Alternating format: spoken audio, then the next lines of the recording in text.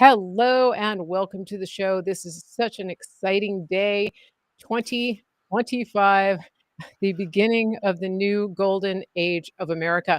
I'm Mary Grace, the voice of sanity to help you navigate politics, culture, wellness, faith, and world events. And today I'm coming to you on my channel, the Mary Grace Media channel, to bring you Conspiracy of Truth, episode 23, with my friend Dave, Praying Medic. And we are very excited to talk to you today. As always, I want to remind you that this is a conversation between friends. We are not scripted. We're not doing an interview. It's not a Q&A.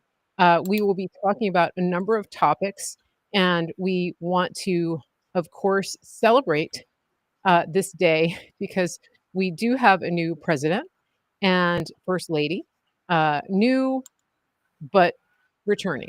And so we're very excited to have them here. And we are talking about that in today's show. That is why we have titled this Baby, I'm Back. Baby, we're back. And this is an image that I love. It is from the inauguration, the inaugural ball, when Trump was doing a little bit of sword play on stage. And he actually cut the cake with a sword, which is a whole nother level. Um, so pretty exciting. As you're coming in today, please tell us hello. Tell us where you're coming from. We do want to. I want to learn how to work this. There we go. No, no, no, that didn't work. Come on, get your act together. There we go. Back.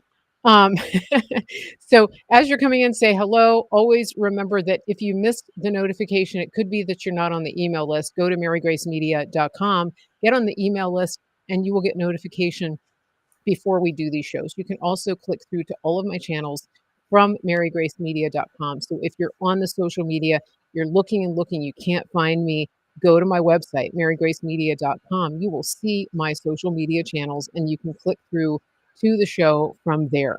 And I think that's all of my disclaimers. What else? Anything else, Dave? Did I miss? We will never message you randomly on social media, on Rumble, on YouTube. I don't even have a YouTube account anymore. On Instagram. I don't use Instagram. On TikTok. I don't have a TikTok account. But I do have accounts on Telegram and Twitter, X, and we will never randomly message you. It's not us. It's a faker. It's a scammer. Do not give them your money. Don't talk to them. And if you're on Telegram and you don't want to get a call from someone pretending to be us, hide your phone number. Go into your settings on Telegram and hide your phone number so random scammers can't call you. There you go. If you need to contact either of us, go to our websites, contact us through our websites. Absolutely. Cool. You can do that. Yes. And what's your website, Dave? PrayingMedic.com or PrayingMedic.org. Either one. Perfect. Excellent. It looks like we've got a big audience everywhere today. Did you retweet? Hey. Did you I not? Did. You did a regular retweet? It. Yep. Okay. And a quote tweet? Did you quote tweet? Yes, I did. I know how to do this stuff. I'm not exactly new to this. Well, I mean, you are kind of a boomer, so we just have to make sure. I can't believe you went there. That just means I have more money than you. I'm Gen X, so I'm boomer rich and you're not. I'm Gen X rich. Okay, so oh my goodness. So that reminds me. Speaking of boomer and Gen X, I was doing an interview the other day with somebody from the VA. They were talking to us about being prepared for like if anything happened, because we take care of my dad, right? And they were asking about, if you had an emergency and if you had this or that. And my nephew and I are sitting there. Now he's a millennial, but he's also kind of like in the prepper mindset.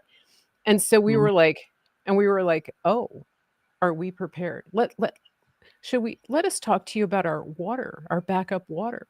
Let's talk to you about our backup food.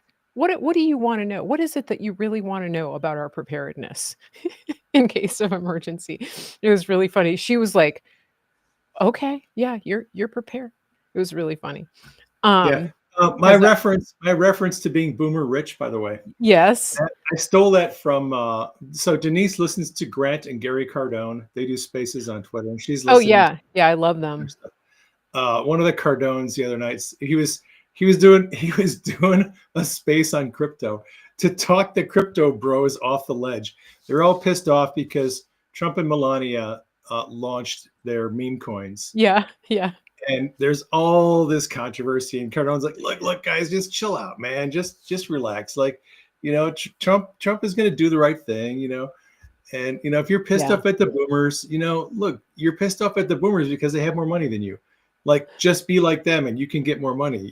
He's like, I'm boomer rich.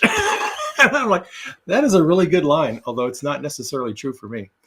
Because, well, Yeah. Well, Grant tells it like it is too. He's yes, he he's a does. baller. Listen, I'll tell you something about Grant Cardone that a lot of people don't know. I was at his GrowthCon in 2022. It was right after my interview with Jack Maxey went viral, and and Grant Cardone had Donald Trump there as like the featured guest speaker, and we kind Right. of had a feeling it was going to be Trump. And he doesn't announce his speakers, and it's a very expensive conference. Like, the diamond level is like $25,000 seats. I wasn't in the diamond level, but I was saving my money so I could be boomer rich. But anyway, he brought Trump out on stage, and then one of his other high profile guests canceled, like Ooh, and he pays for them to come. Like, they were right. probably already in the hotel, and they were so butthurt that he had brought Trump out that they canceled. And What? Really? yeah, they were He didn't want to be upstaged by Trump. they were so offended that Grant Cardone had brought Trump. And the thing about Grant Cardone is, I mean, it was pretty classy, because you could tell that they were scrambling, that they were changing the agenda The lineup, yeah, somehow. Yeah, but he never said, he never said who it was, right? right. And he gave them the ability to save face, basically. So I don't know And who it that's was. that's being a gracious presenter and host. Yeah, yeah. So, so that was interesting. And he's definitely a very successful entrepreneur, you know? Yeah, yeah, Um, and I just thought that was a kind of a classy way to handle what happened. And it was a good interview. It was like a round table interview. And I actually recorded the whole thing, even though technically you weren't supposed to. So I actually, yeah. But anyway, I didn't put it on the Anyway, internet, but maybe I will. Okay, so so we have a new uh, president. we have a new president. I'm so excited. So excited. Has everybody been on whitehouse.gov? Because if you haven't, let me do a screen share, because this was up on the White House website like instantly. And it was so exciting, because it's our president. And here we go. So this is what we got now. Very exciting. America is back. 47. And then you've got all of his executive actions. Look at that. First lady. Oh, so excited. So we're going to be going through some of the things on the website today, but I wanted everybody to see this because it's such a nice cleansing and refreshing of what we were dealing with the past 4 years. I mean, whew, golly. Speaking of the past 4 years, before we go any further, I will say that there are a couple of the January 6th hostages that Trump pardoned and commuted are still not released, and Right. the DC jailers are playing some reindeer games, and I think they're going to get to the FO part of FAFO if they keep this up. Yep. So we'll see how that comes out. But please pray for these people and their families, because it's very serious, and there's some speculation that they're being physically abused, and that they're going to be moved in the dark of night, if they haven't already, to hide the fact that they were roughed up and physically harmed. So we need to, On that note, yeah, James Comer, okay, he's chair of the House on the committee that's investigating government corruption. They are launching a new investigation of the treatment of J6 inmates. I call them prisoners of war. That's yes, just my yes, thing. yeah, He has put out a thing on Twitter telling the J6ers, get ready for subpoenas because they're coming and they're going to have them all come in and testify about good. what happened to them while they were detained, the Hmm. legal process, their deprivation of rights, all that. I think we're going to get to the bottom of this. I do too, and I think I'm glad that you said prisoners of war because I agree, and I think I'm very glad that Trump calls them hostages instead of prisoners. But here's something I was thinking because I really believe that these individuals and their families need to be made whole. And I don't know how I think financially they need to be made whole. And I was thinking about this and I feel as though there's I think if it were me, if it were up to me, I would give them the I would give them combat veteran status.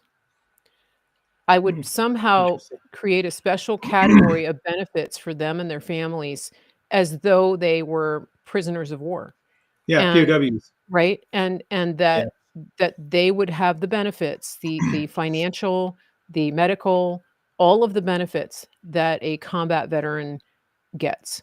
I Because would this is I would not oppose that. I think it's a right? good idea. I think we should actually put this I wanna get this up the chain to President Trump. So Yeah, if yeah. anybody's Well, listening, yeah, Harmeet Dillon is taking over the Civil Rights Division of the DOJ. okay. Okay, So, yeah, she and a follows lot of me. I'll these, get a I message to her.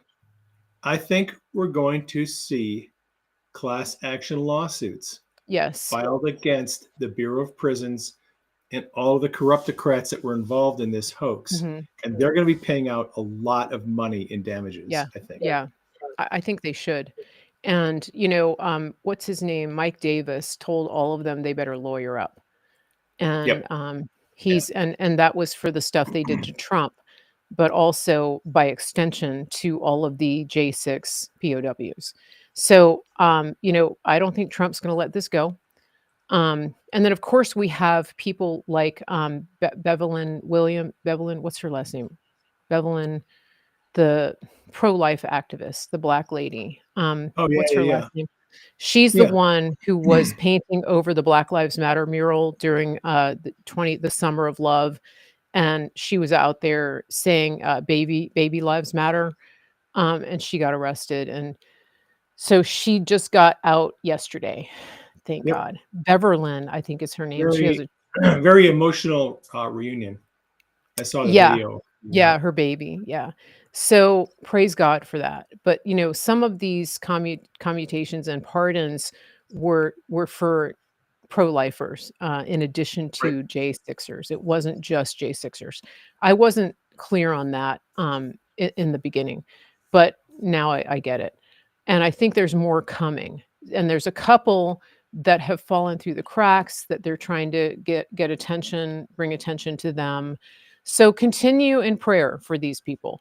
Um, I I will admit that I have felt a a strong sense of relief, and I posted about this on X and Facebook because I didn't really talk about it, but I've spent 4 years going to bed every night expecting the FBI to be at my door, at 6 o'clock in the morning, just like they did to a lot of the J6ers. So I'm grateful that we are, through that part of it. I believe we are. I pray that we are. And I'm in a state with a good governor and a good attorney general. So I don't anticipate having my state law enforcement come after me.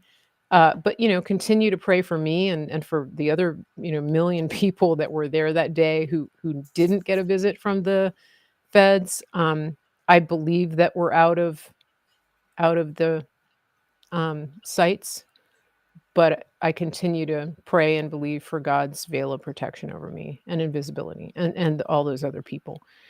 So, next topic. I think first of all, does everybody feel just this sigh of relief? Like,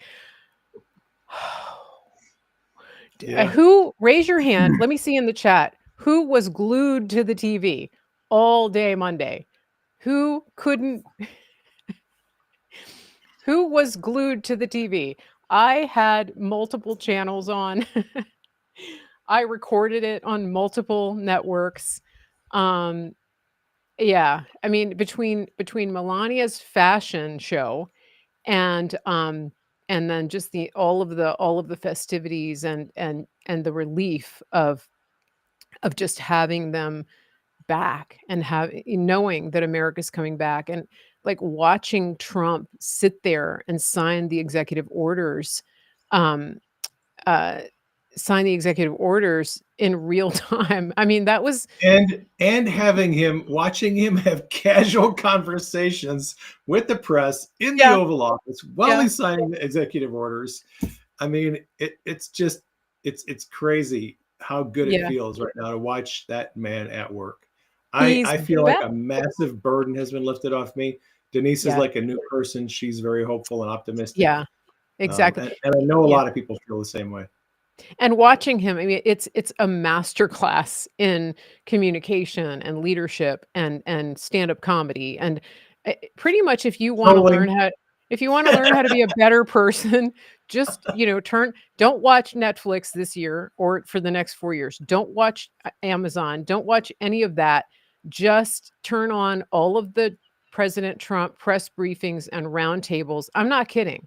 Watch all of them, and you will learn and grow as a person if you start taking notes and paying attention to who he is and how he talks to people. I mean, the press conference last night, or the roundtable last night in LA, Man, total.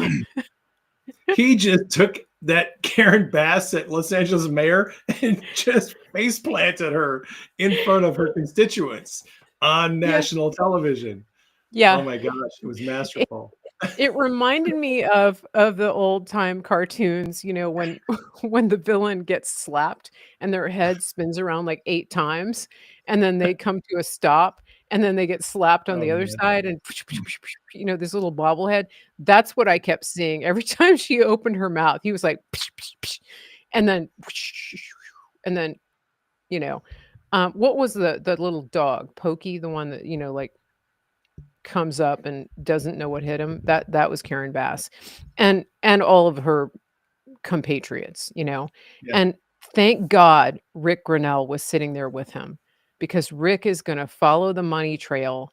That, I think, obviously that's the condition on which they get any money, is that they have a custodian over all of the money, and that's going to be Rick Grinnell. Did you hear what Trump said when he got off the plane? In Vegas, or About what hit Los Angeles? yes, yes. Okay, let's tell everybody, because a lot of people might have missed that. It was pretty Okay. late. I think he was talking to Newsom when he first got off the plane, after making Newsom wait around for like 10 or 15 minutes, nervously pacing on the tarmac, wondering when Trump was going to come out. Trump then comes out and says, "Boy, did you see everything? It looks like a bomb hit Los Angeles." And then he was talking to somebody else, and he said, "What do you think about the devastation? Doesn't it look like something hit here? Like, we're not going to talk about what it was that hit here, but boy, it's just really remarkable." He's Yep. dropping these little clues, like something hit the area that was not natural. All right. And if Yep. you've been following Trump since 2016, he is signaling to us something that the public doesn't know about, that we're probably going to hear about in the future. Maybe a directed energy weapon, something I don't know, but he was hinting that there's something unnatural about the way those fires happen. Yeah. Yeah. Good, because we've been called conspiracy theorists for I don't know how long. Yeah. Long time. Yeah. Yeah. Direct energy weapons. Yep.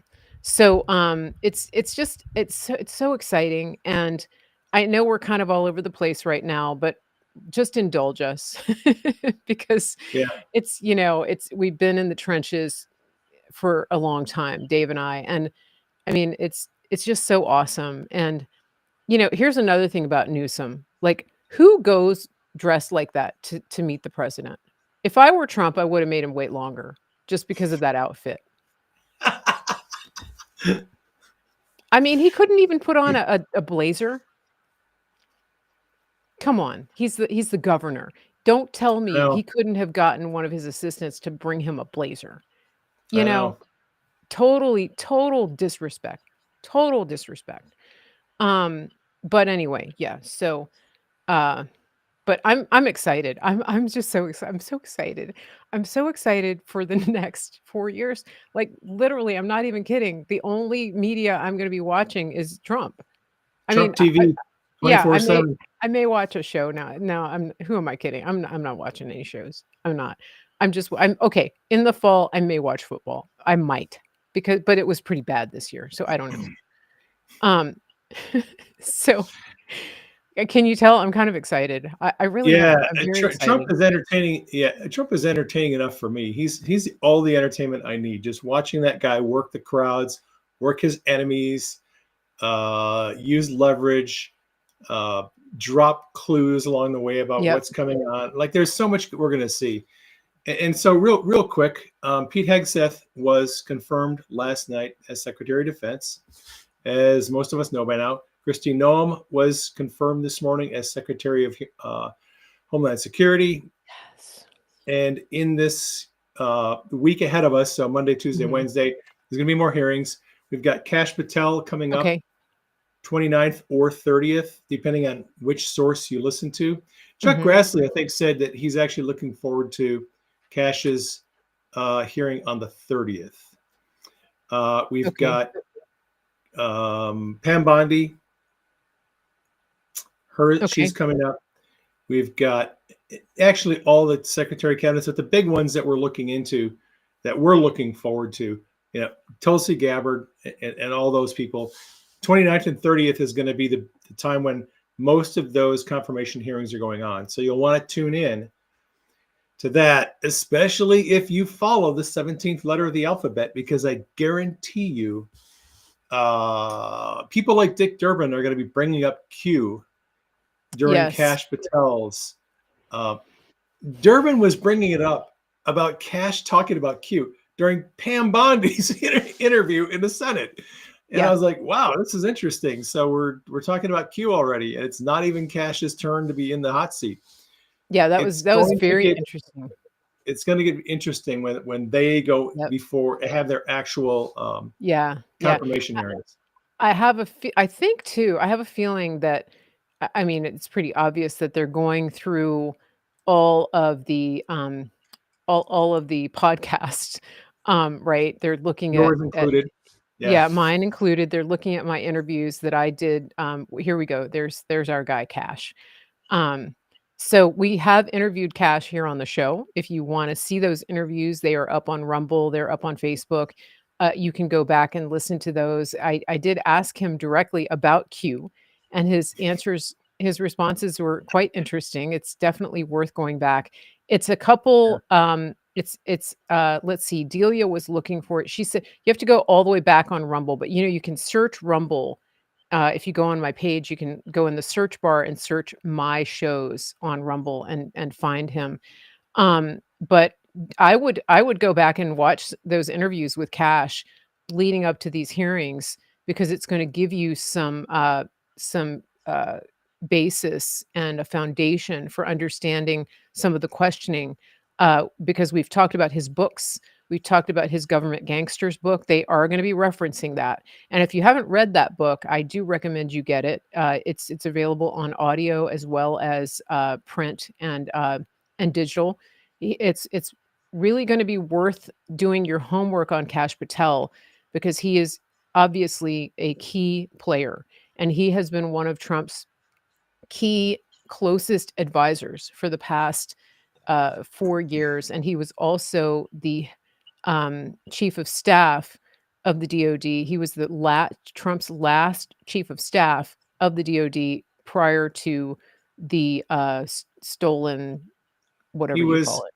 he was also acting assistant director national intelligence under Rick Oh, Grinnell, okay. which gave him access to the Epstein client list and all the other Yes. stuff that's out there. And Cash has said it's all getting declassed on day one. As soon as he gets sworn in, it's all coming out. And Cash is the one So who wants to close down the FBI building and turn it into a deep state museum. literally So, said, Deep State Museum, take these people, go out there. You got guns and badges, go arrest, the bad guys. You don't need to yeah, be here in DC exactly. spying on a duly elected president. I Exactly, mean, exactly. And, it's going to be different under Cash. Yeah. yeah, it's gonna be very different, and speaking of intel, I want to I don't think we could go any further without talking about Melania. And Okay. she's gonna come into the conversation today, but it's becoming very clear that now that her son is off to school, and he's playing a bigger part, he's played a huge part in the campaign, that Melania is more free to be, working alongside her husband. And clearly, she made a splash, a huge splash on, Inauguration Day. And then yesterday, she was with President Trump out in North Carolina, his first stop as his first domestic trip was to our friends in North Carolina, which, really brings tears to my eyes because you guys know that I have been focusing on this, that I have been bringing attention to it. We screened a documentary on this a few weeks back. I have family down there. I'm not far from where all of this happened. And my niece lives there, and it's a miracle of God that her house did not wash away and that she was not one of those uh, swept away in the floodwaters. So it's kind of a big deal to me what has been done. And so, Trump and Melania went down there, and Melania has done us all a massive favor by bringing the absolute fashion and class back to the White House. Get just everybody just let me know, how refreshing is this? How amazing is it that we have this ray of sunshine? I mean, hello. Anybody know? Did you guys get a good look at her boots yesterday? If you didn't, hold on a second. Dave is indulging me. I already I told did him we're not going to get do to this. see her boots yesterday. Well, all right, that's okay because you're going to see them right now. All Um, right. we're looking at her boots. I think we have a picture of them here. Um, oh, we don't. Sorry, wrong picture. I'm After just going to after tell you. looking at after looking at Jill Biden for four Look at years this. wearing tablecloths and curtains for clothing, Melania is Look like, at oh my this. gosh, holy Look at cats! this. Melania is literally channeling Sarah Connor from the Terminator movies. Absolutely. Yeah, anyway, she was wearing a pair it was she was wearing, they look like Doc Martens, but they were Prada combat boots. And Yeah. if you want to tune in to some of the fashion updates for Melania, the FLOTUS report on X is pretty good. All Um, right, hang on. all right. We cannot segue away from Melania and Okay. her fashion statement until we talk about the hat comms. Oh, yeah, let's talk about the hat comms. Okay. The hat comms. All right. So it's not obvious to the casual observer what is going on with Trump's family. If you're just a normie who's living in normie land and doesn't pay attention to this stuff, you're going to completely miss the subtle communication that the Trump family has been putting out for 8 years. They've been doing it and they continue to do it. And you just have to have a little bit of a perspective of when they wear that thing, are they sending a message? Like, it looks like they're sending a message with that little fashion statement. So I have never seen Ivanka Trump wear a hat Okay. ever. And I've seen hundreds of pictures of Ivanka Trump. And she shows up at the inauguration wearing a freaking green beret. Yeah. And I'm like, wait a minute, hang on. she's wearing a green kind of a full length dress, but the green beret. I'm like, oh my gosh, she's signaling to us about the green berets, the military. To me, I see a green beret. I think, oh, that's a signal about the Mhm. military. Melania wears this hat, this wide brim hat, and some of the Anons are like, oh, I know where I saw that hat before. That is the hat from for Vendetta. And I was like, yep, Yeah. that's the hat. So uh yeah, you got the picture there. If you I don't know if you want to make that full screen so people can see it Okay. better. Yeah, let's see it. But Melania's got that That's wide as brim big as I hat, could get it. and it's just almost the same look as the hat V for Vendetta. Yep. Yep. Now, Yep. here's a little more comms going on. So at the inauguration, Eric Trump comes over, takes his place next to his wife, doing one of these things with his Oh, hand. hold on. I have that. Hold on. Hold on. I got it. I got it. and, Wait, wait, wait, wait, and, wait. and Laura catches him doing it and smacks him. I know. I know. Okay, hold on. I'm gonna get it. I saved it. Is it still or is it the video? It is I think I've got the video. Let me see. I put Okay. it on the Facebook and people were like All right. kind of mad at me. So Um, here, keep talking. this is Eric Trump trolling trolling the Illuminati specifically, because the little pyramid symbol, that's an Illuminati hand signal, and you can find hundreds of pictures of Angela Merkel sitting there talking to people at various events, and she's doing the little Illuminati, or sometimes it's upside down triangle like that. Uh, they do this all the time. Q says their need for symbolism will be their downfall. These people are always throwing out symbols of their power structure. And so Eric Trump was doing a little trolling back, and he did the little Illuminati thing there, right there at the inauguration. Like I said, Laura Trump catches him, smacks him, and he's like, "Okay, sorry, Mom, I'll behave myself." Father lent quite heavily on. We're There it seeing is. the whole Trump clan there now. Pretty much all of them, apart from Ivanka. Don. Hold on. There you go. All right. I'm gonna play it Father again. lent quite heavily on. We're seeing the whole Trump clan there now. Pretty much all of them, apart from Ivanka. Don. Laura's like, She knock it she off. knew what he was Knock it doing, off. and he knew what he was doing, and he got busted. But if you look at the Trump family, they are sending out communication to us about their Yes. intentions in very subtle ways. For people like us, it's entertaining and amusing because we get it, and like 99% of the population, they have no idea what's going on. So Yep. there Yeah, you go. and, if you have been, okay, Honeybee on Rumble, we gotta go back to the boots. Honeybee found the boots. You know what I'm talking about? Okay, that's what I'm talking about, the boots. Everybody needs those boots. Okay, let's get back to the comms. Do I need So, those boots? well, they're combat they're Prada combat boots. I'm just All saying. right, There's a message there. So, all right. all right, let's go back to what Eric was doing. Eric has been on the Reawaken tour with General Flynn and Clay Clark. Uh, and so if you think that he doesn't know what the Illuminati is, then you haven't been paying attention. So this was not coincidental that he was doing this, that he was trolling them. 100% he was trolling them. Yeah.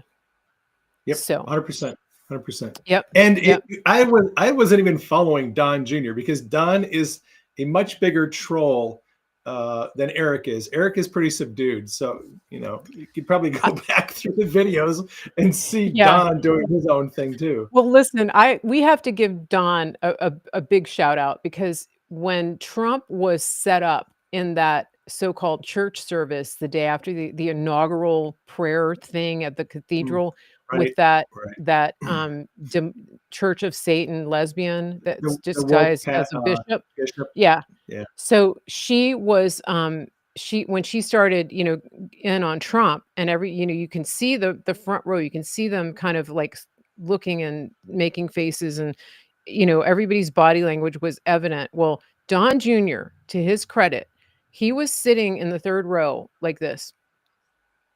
And all I could think was, like, if Stone faced. these are the thought bubbles in Don Jr.'s head. Jesus, take the wheel. Jesus, take the wheel. Jesus, take the wheel. Please help me not to throat punch this. Jesus, take the wheel. Not going to say it. The words aren't going to come out. I'm not going to throat punch her. I'm sitting on my hands. Jesus, take the wheel. That was Don Jr. right at that moment, because he is never that subdued. I mean, he was just like, go back and look at the video. People have forgotten about him because he was in the third row and he wasn't moving at all. But that's why he was absolutely, like, he put a self-induced straitjacket on himself because he knew what Yeah. he was capable of.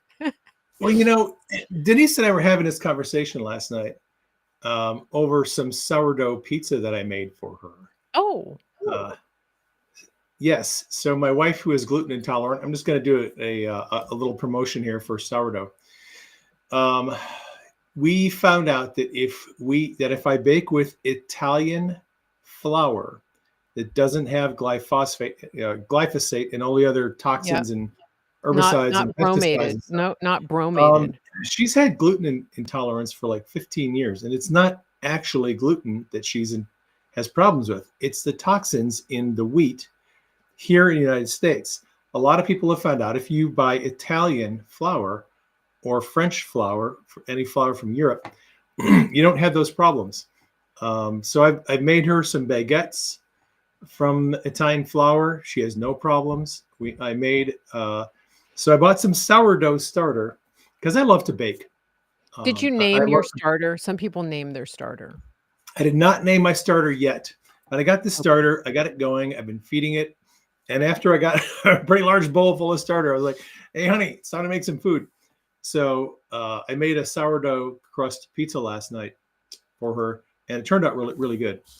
And she had no reaction to it. But we're sitting around talking. That's awesome. And we were talking about self-control and about, specifically, we're actually talking about profanity and the use of profanity on social media, and how Donald Trump Sr. has really well demonstrated the fact that you can use profanity in social settings, provided that you do it rarely and this occasion in which you do it is appropriate. So every once in a while at a rally, you'll hear Trump throw out, oh, this is bullshit, or he'll drop an F-bomb, but he doesn't do it all the time. He only does it strategically, and he only does it in certain places when it's appropriate. And so we were talking about this last night because a lot of people on social media that we listen to, unfortunately, they just throw out F-bombs all the time. They're just constantly using profanity. Yes, some of these people are very funny. They're witty. They haven't said, but they're just nothing but profanity all the time. Yeah. And she doesn't like that. It's just not our thing. We just don't like people using profanity all the time. I don't either. And I said, what it comes down to is it's an issue of self-control. If someone who can rein in those kind of more base influences, those more kind of carnal, I guess the biblical word would be your carnal desires, your carnal influences, your just desire to want to throat punch somebody, to curse them out, to throw a bunch of F-bombs at them and get in their face. Don Jr. at that church service exercised great self-control in saying nothing, no facial expressions, nothing. He just knew this is the time for me to just sit there and this was Don Jr. Suck it up and get through it. And Donald Sr. did the same thing. JD Vance got out of character a little bit. He was doing some eye rolls and some side eye stuff. Yeah, Eric Trump was like this. Eric Trump was like, yeah. It is a credit to this family that they do exercise self-control to the degree that they do, with all the attacks, with all the idiocy they have to put up with people in their face, doing this kind of crap, I think they exercise self-control to a great degree, and that's to their credit. Yeah, I agree. I agree. Now, listen, you opened a can of worms when you talked about this flour. And so now we're going to have to go back to this because I have a lot of questions and I can't answer them all. Okay. Let's talk about this. Howard Duck on Rumble says 100% put a guard over your mouth. That's from Proverbs. So back to the flour. Let's talk about it. I know that there's like something called 00. You know what? Can you Yeah. go get your flour? No, Can you yeah, go yeah, get yeah. it and just show it to Can I go everybody? get it? No, I can't get Yeah. it. But I posted it on my Telegram. Oh, okay. I'm purchasing a flour. You can go on Amazon too. It's called Caputo, Caputo. It's an old world Italian flour. It's 00, so that's a very finely ground flour. Really good for Pizza flour. bread and yeah, pizza crust bread. It's from Italy. It's relatively inexpensive if you buy a large quantity of it. I buy it. It comes in a 1 kilo. Let's say it comes in a 1 kilo bag. 1 kilo is 2.2 pounds, and you can buy it off of Amazon. You can buy 10 bags for $34. Okay. So it's relatively inexpensive. It's $3.50 a bag for 2 pounds, 1 kilo, and it's very good. It comes very quickly. Like I said, I'm not like overdosing Denise on carbs because Yeah. we want to watch our carb input. However, every once in a while, she likes to have a nice loaf of crusty bread and a nice pizza. And this sourdough is actually really easy to do. I'd never done it before, but I just got some starter, followed the instructions. You put 1 part starter, 1 part flour, 1 part wheat. You let them marinate for a day or so. It gets all bubbly, and the next day you add as much. And here's Denise. She's got the flour. Here we go. Hey, I knew it was going to come through for Denise is us. there. She's got the flour. Okay. It's Caputo. Nice. It's Perfect. 2.2 pound bag. Like I said, we get it on Amazon. Thanks, baby. And the good thing is it's unenriched. And here's something that I've learned. It's not bleached. It has no preservatives. It's not enriched. It's just stone ground 00. So it's a very finely ground flour, and we really like it. And I am digging it, getting back in a swing of getting to bake again, because I used to bake a lot. I enjoy baking. I don't want to be 300 pounds, but it's nice to have a loaf of bread once in a while or something. And like I said, if you have gluten intolerance, or even if you have celiac, some people in my Telegram channel have said they have celiac and they can eat flour that comes from Italy and they have no problems with it. Here's one thing I know about the flour. So the unenriched is key. It doesn't say unenriched, but when you're buying breads or anything in the US or any flour, if it says enriched wheat flour, that means it's conditioned with bromine. And that is what, no, not bromelain, bromide. Bromide. Yeah. That is what is harmful to the thyroid. So anybody with any autoimmune condition is affected by that. Before they started using that, they used iodine to condition flour. And there's a whole history behind it, but the Europeans are not using that. And you can find some foods in the US now, some pastas like Rao's pasta, RAOS, is made with it just says wheat flour. It's not enriched. Costco sometimes has breads in their bakery area that are made with just flour. And so when you check the ingredients, look for that. If you see the word enriched, just put it down, walk away. If it says flour or wheat flour or stone ground wheat flour, as far as I understand, it is really, that's safe. That's the same thing. Now, I was following a thread on X where people were talking about this, and there's one company out of Canada that is milling their flour sort of on the daily, and it's 1847 stone milling. Here it is. Here's a picture of it. So you can look that up. 1847. That's the flour, because there's a whole bunch of conversations happening around this because people are getting more aware now that we're moving into the MAHA agenda. Hopefully, this is going to become the standard in the US. And, I think a lot of these childhood allergies and food allergies will go away. Yeah, well, and RFK has his confirmation hearing coming up, and he is going to be attacked. It's coming. Just get ready for it, because big pharma and the powers that should not be, they do not want RFK coming in to Health and Human Services. And by the way, since we're on the subject of this, Trump put out an executive order freezing all external communications for National Institutes of Health, I think, I saw Food that. and Drug Administration, and all the big agencies. They're not allowed to put out any external communication until RFK Jr. is in and has his people in place. And I think that's because Trump understood that they wanted to launch another pandemic, Scam, probably of the bird flu type. Yeah. And Trump, that's not happening.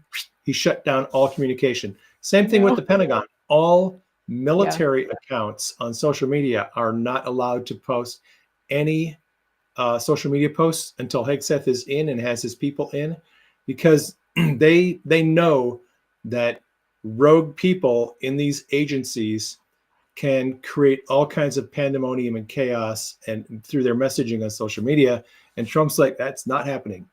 We are going to control this and make sure we're putting out the right messaging. And that's been happening on a lot of different agencies where they're either just shutting them down, like, you are not communicating to the public until we have our people in. So zip it. Well, and what's funny is that all the big pharma shills and the big government shills are panicking on X. They're like, this is so irresponsible. What if we have another pandemic? How is anybody going to know? And how can we destroy the country and destroy the economy if you won't let us launch another pandemic? That's not fair. That's authoritarian. Yeah, exactly. That's how. Yeah. Oh man. Yeah, exactly. Yeah, we're shutting you up. We're muzzling you. So it's just it's so funny because they show their true colors. It's just crazy. So thank you for that demonstration and those the information about the sourdough. That's awesome. And we do need to pray for the confirmation for RFK Jr. because they're going to try to drag him through the mud. He's already been canceled, but he has a very clear mandate that he truly believes is from God, and so he's not stopping. They're not going to stop him, which is very refreshing. And I believe the same thing about Trump too. And I think that's how they're able to come past differences that they may have, is because they both really believe in the mandate that they have that's higher than either one of themselves. I think it's good. So all right, we have a whole side discussion about food, which is good. We've got a lot going on about food. Okay, this is a random comment on Rumble from Howard Duck, one of my regular listeners. Cocaine Mitch needs purple hair. God, Mitch McConnell, that guy. He's the John McCain of this administration. He is the John McCain of this congressional session, unfortunately. Yeah. And for anybody who was surprised, don't be. Yeah. I think RFK is going to be the biggest battle. I think there's going to be a battle over Kash. There's going to be a battle over Tulsi. There's a lot of people who do not want Tulsi coming in at ODNI because they know that she is going to probably take a wrecking ball to the surveillance state, and they are terrified. And I don't get this because members of Congress, both in the House and Senate, have had the CIA spying on them for about a decade at least. They're victims of the intelligence community and the surveillance community spying on them. And yet they're still terrified of neutering the surveillance state that is spying on them. I don't understand that. If anyone would be in favor of cutting back the powers of the surveillance state, you would think it would be members of Congress, but that's not how they are. They like things the way they are. Yeah. And I think Tulsi's in for a battle. I think she'll probably get confirmed, but we may see JD Vance up there voting to break these ties. Yeah. Yeah. Well, the thing is, we have to remember that pretty much everybody in Congress is under some type of financial purse strings, bribery, blackmail, that type of thing from big pharma, big ag, big defense industrial complex, big tech. Yeah, they're most of them are getting they're getting a lot of financial support from some industry that is controlling them. Yeah, true. Big food, that's a big one. So that's important. Now, speaking of Congress, I think we should talk about Trump's executive orders and the meaning behind some of those.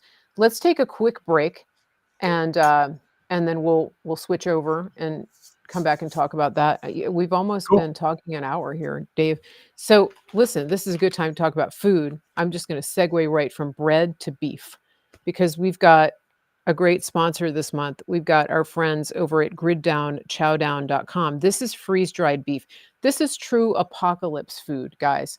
If something goes wrong and you want real nutrition, you need beef, okay? None of this sawdust that they call food in the form of refined carbs. You want actual beef. This is not jerky. It's freeze-dried. You add water. And this month, our friends at Grid Down Chowdown are giving a special offer, and that is if you do their subscription, so that's the monthly or bi-monthly or whatever you choose. If you do the 24 serving subscription, you're going to get 4 free servings, which is awesome. You got to make sure you mention Mary Grace. So scan the QR code, go to the website, griddownchowdown.com. You're also helping to save American farmland when you buy from them. This is an amazing product. This is a whole pound of ground beef. And so, Dave, if you're wanting to put some meatballs on your pizza or something like that, you can just whip out a package of this freeze-dried beef. You reconstitute it with water, and it's regular ground beef like you would buy from the store, but it's way better because it's grass-fed, grass-finished, grown in the USA. So let's run our ads here. We're going to introduce you to these guys, and then we'll show you a couple more ads. Please remember that when you purchase from these America First companies, you are directly supporting the Mary Grace show. And that's how we pay the bills and keep the lights on and that kind of thing, the internet. We'll be right back. Don't turn the volume down. If you need to take care of any personal business or refreshments, you can do that, but don't go away too far. We'll be right back. Hello, I'm Jordan, and this is my brother. And I'm Nace, and we're with the Grid Down Chowdown.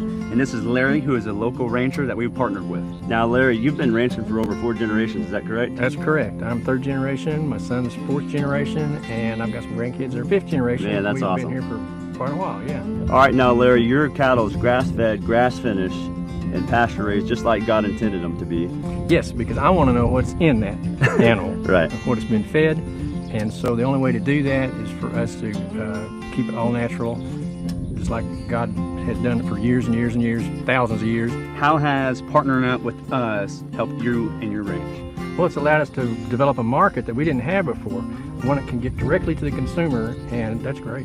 And just remember, more importantly, with every package that you buy, we put a salvation track in there. So from the bottom of our hearts, we thank you for allowing us to do what we believe that God has us here to do.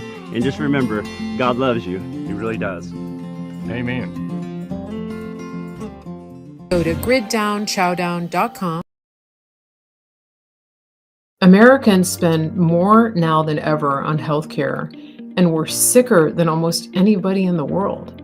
We've put our trust in a system that's completely let us down. Dr. Troy Sproul and the team at Synapse Center for Health and Healing have changed all that. They are a functional medicine clinic, and they get to the root cause of what's made you sick in the first place. Once they do that, they give you solutions to help you get out of that. This is the way that medicine was meant to be practiced, and this is what they're doing. They're changing the entire system from the inside out, one person at a time, and you could be one of those people. And so when you're working with the team at Synapse, they're giving you solutions and not just prescriptions.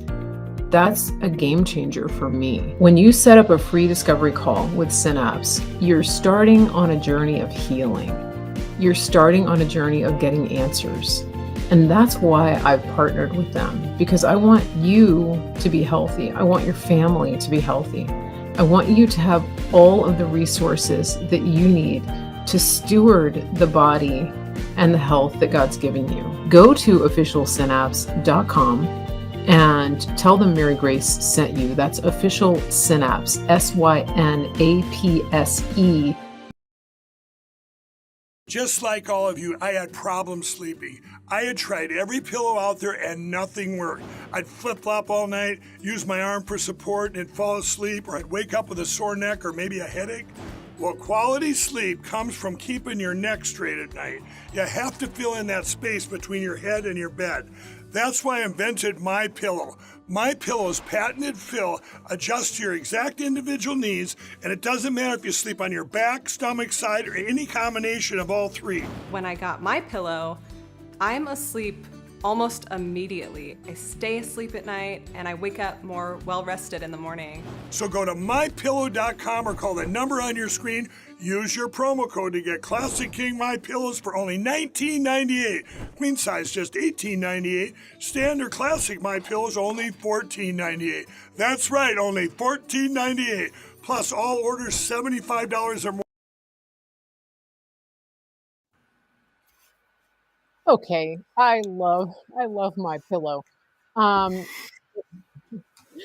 do. I love it. And it's always when you go there, mypillow.com, promo code Mary Grace. And I want to remind everybody that they have sheets, towels, and they actually even have clothing, socks, pajamas, slippers, pretty much everything you need, and pet beds. People love their pet beds. And I want to thank everybody in my audience who has been purchasing from them. We've had incredible sales in the month of December, and let's keep that going in January. A lot of people have been buying from them, and I really want to thank everybody for that. Also, with the Grid Down Chowdown, when it comes to our friends over at Synapse, please make sure that you're reaching out to them as well, because this is super important. Everybody needs to get their health in order, and I gotta say, put your own oxygen mask on first, and be proactive and start to have a shift in the way that you think of your health. Dr. Troy said that my listeners are some of the most educated and motivated when it comes to working with them and taking initiative with your health. And he's very impressed with all of my audience. You guys are awesome. So give yourselves a pat on the back. Call them. Go to officialsynapse.com and use promo code Mary Grace. You get a free discovery call to see if it's the right fit for you. All right, so here we go. We're back, and we've got with us today Praying Medic, and I'm Mary Grace. This is the Mary Grace Show. This is the second hour, and God only knows how long we're going to go, but we're having a great conversation. Somebody on Rumble said, man, that hour went fast. And it's absolutely right. Colorado Granny on Rumble says, slippers from MyPillow are awesome. 4 pairs thus far. The pillows are wonderful. I couldn't agree more. All right. Let's talk about executive orders, shall we? Okay. All right. We know, um, I my feeling about executive orders is that they're not ideal, but that they are an important stopgap to stop the bleeding. Just like Right. sending the military to the border, because, if you take people out and you don't stop the border, you don't shut the door, they're gonna come right back in, and it's just like Jesus says in the Bible, you cast out the demons and you don't shut the door, they're gonna come in 7 times as hard. Similar. Right. Yeah. So, what are your thoughts about the executive orders, and which ones stand out to you right now? Okay. Well, it's good to have a short discussion about what an executive order is and what it's not. Obviously, an executive order is not a law. It is not part of the legislative code of the United States. Congress passes laws, right? They legislate. They pass laws that have the force of law. They're enforceable by agencies, government agencies, and law enforcement, right? An executive order is not a law.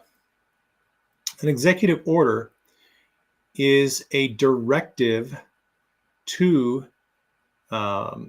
agencies and individuals in the executive branch of government, instructing them to take certain actions, right? It's an executive order. That's literally what it is. It's an order from the chief executive telling some agency, Food and Drug Administration, Health and Human Services, Border Patrol, military, do this, do that, X, Y, and Z. I'm authorizing you to take these steps, spend this money, prioritize this issue, right?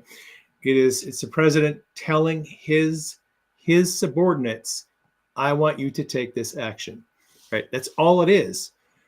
And Trump signed a lot of executive orders in his first administration, and nothing was ever done with them because people in the CIA, people in ODNI, people in NSA, in the military, in the National Security Council, in Department of Justice, ignored his executive orders.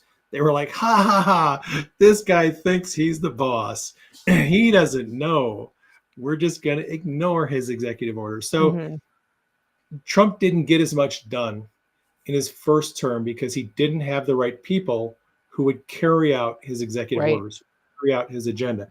The Okay. reason why there is so much emphasis right now on Trump firing people who are currently in government, getting rid of them, furloughing them, giving them time off, reassigning them, retasking them, or just muzzling them so they can't say anything, is because the government at large undermined his first term in office, and he is not going to allow that to happen again. So Those are called deep state holdovers. Deep state those are holdovers. deep state holdovers.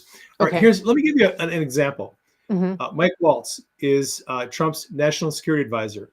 National security advisor is the supervisor of the National Security Council.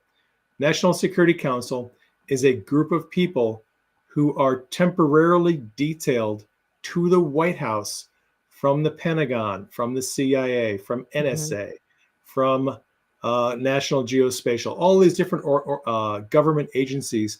They will send people to the White House to represent to the White House and give the president advice, information that he needs to make decisions.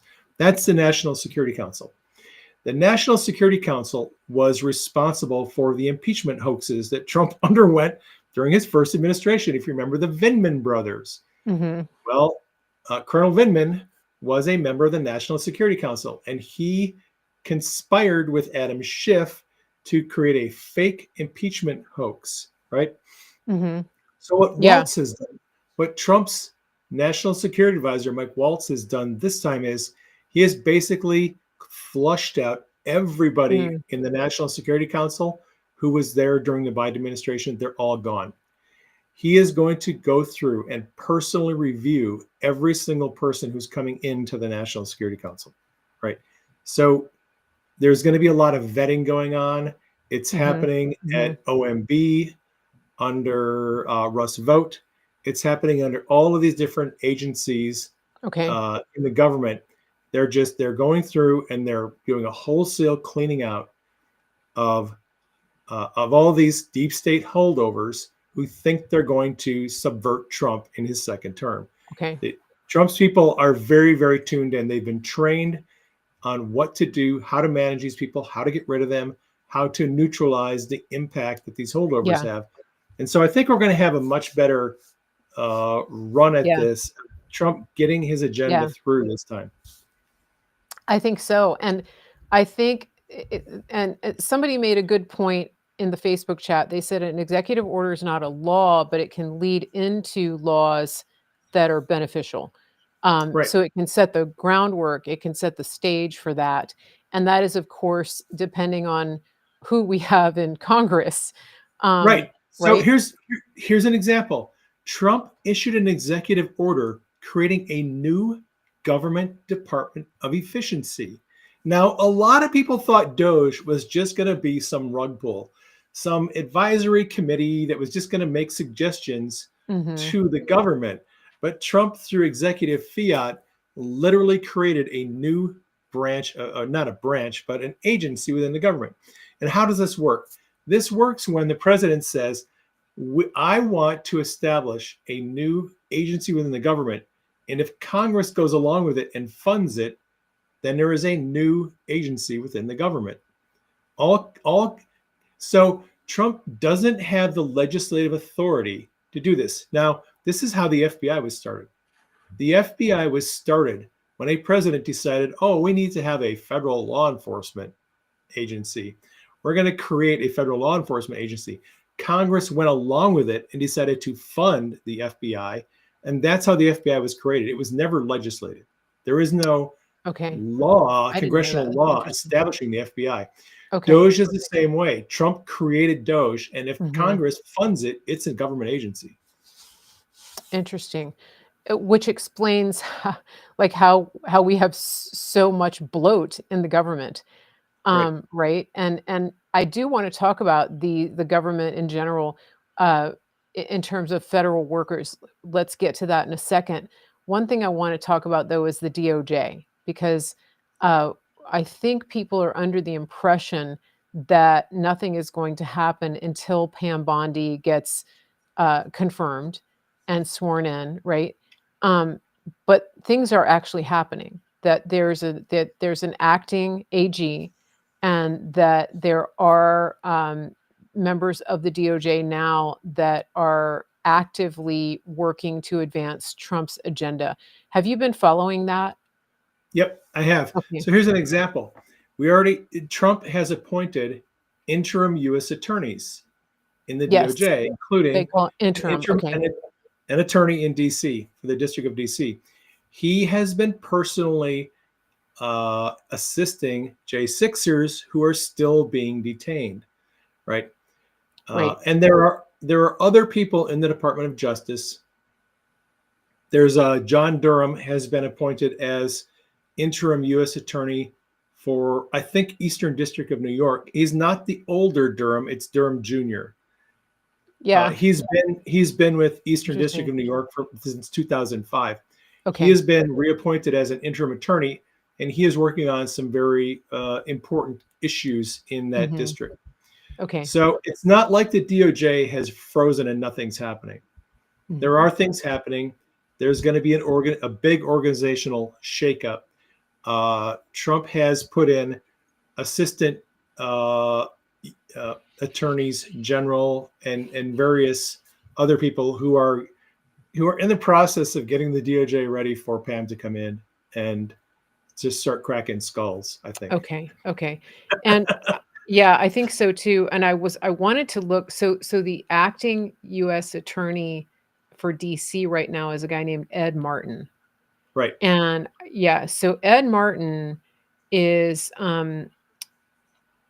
has played a big part in the Eagle Forum, And so he's very conservative.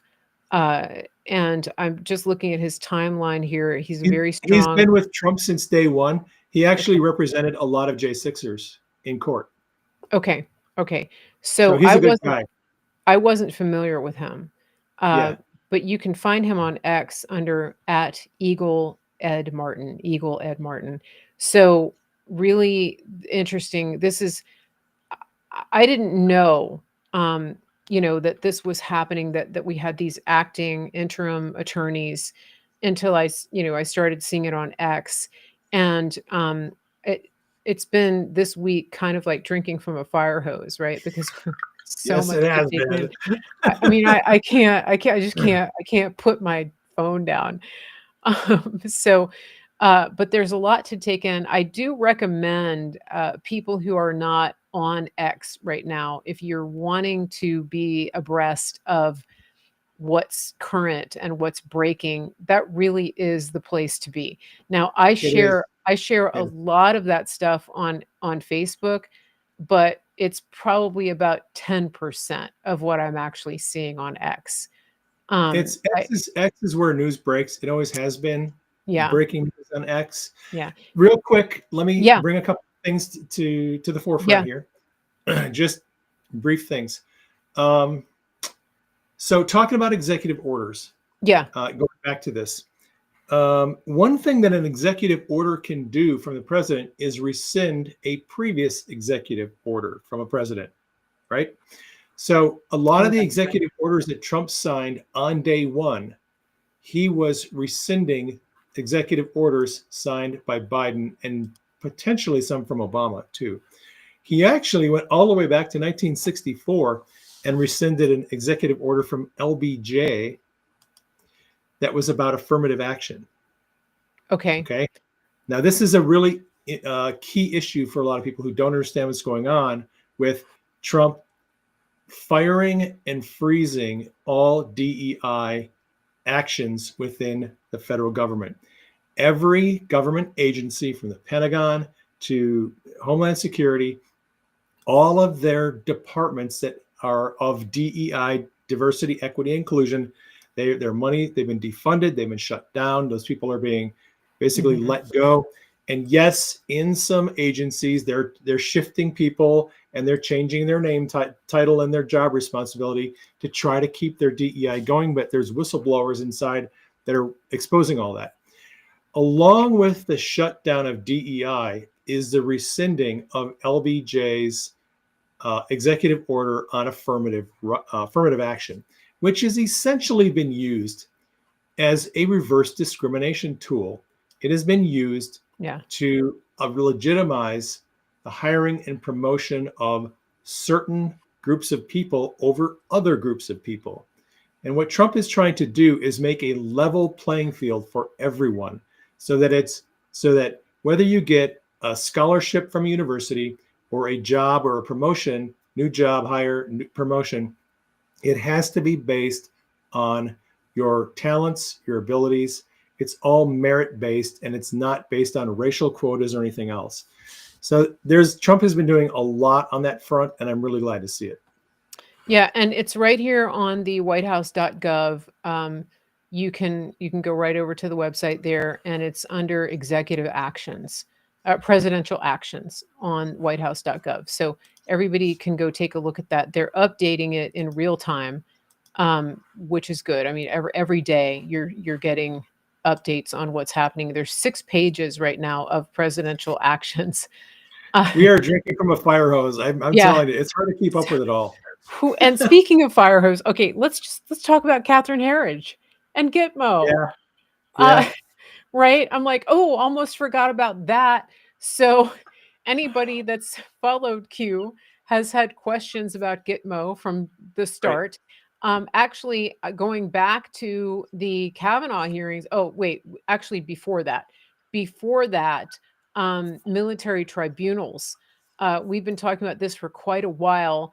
And it was interestingly Kayleigh McEnany, when she was with CNN. A lot of people don't know that she was with CNN earlier on. She wrote an article about military tribunals, about civilians being tried under military tribunals. And Right. moving forward in the Kavanaugh hearings, Lindsey Graham, of all people, questioned Kavanaugh about civilians being tried in military tribunals. Right. Fast forward, let's talk a little bit about Catherine Herridge. She was formerly with CBS. They let her go. And on day one of Trump's administration, she pops up on X and she's got a selfie at Gitmo. So Right. let's take it from there. Guantanamo Naval Air Station, and then there's the legal annex at Gitmo, where there's a courthouse there and a large detention facility that has primarily been used to try terrorists. A lot of the 9/11 terrorists have been there, and it's outside of the United States. So these people don't really.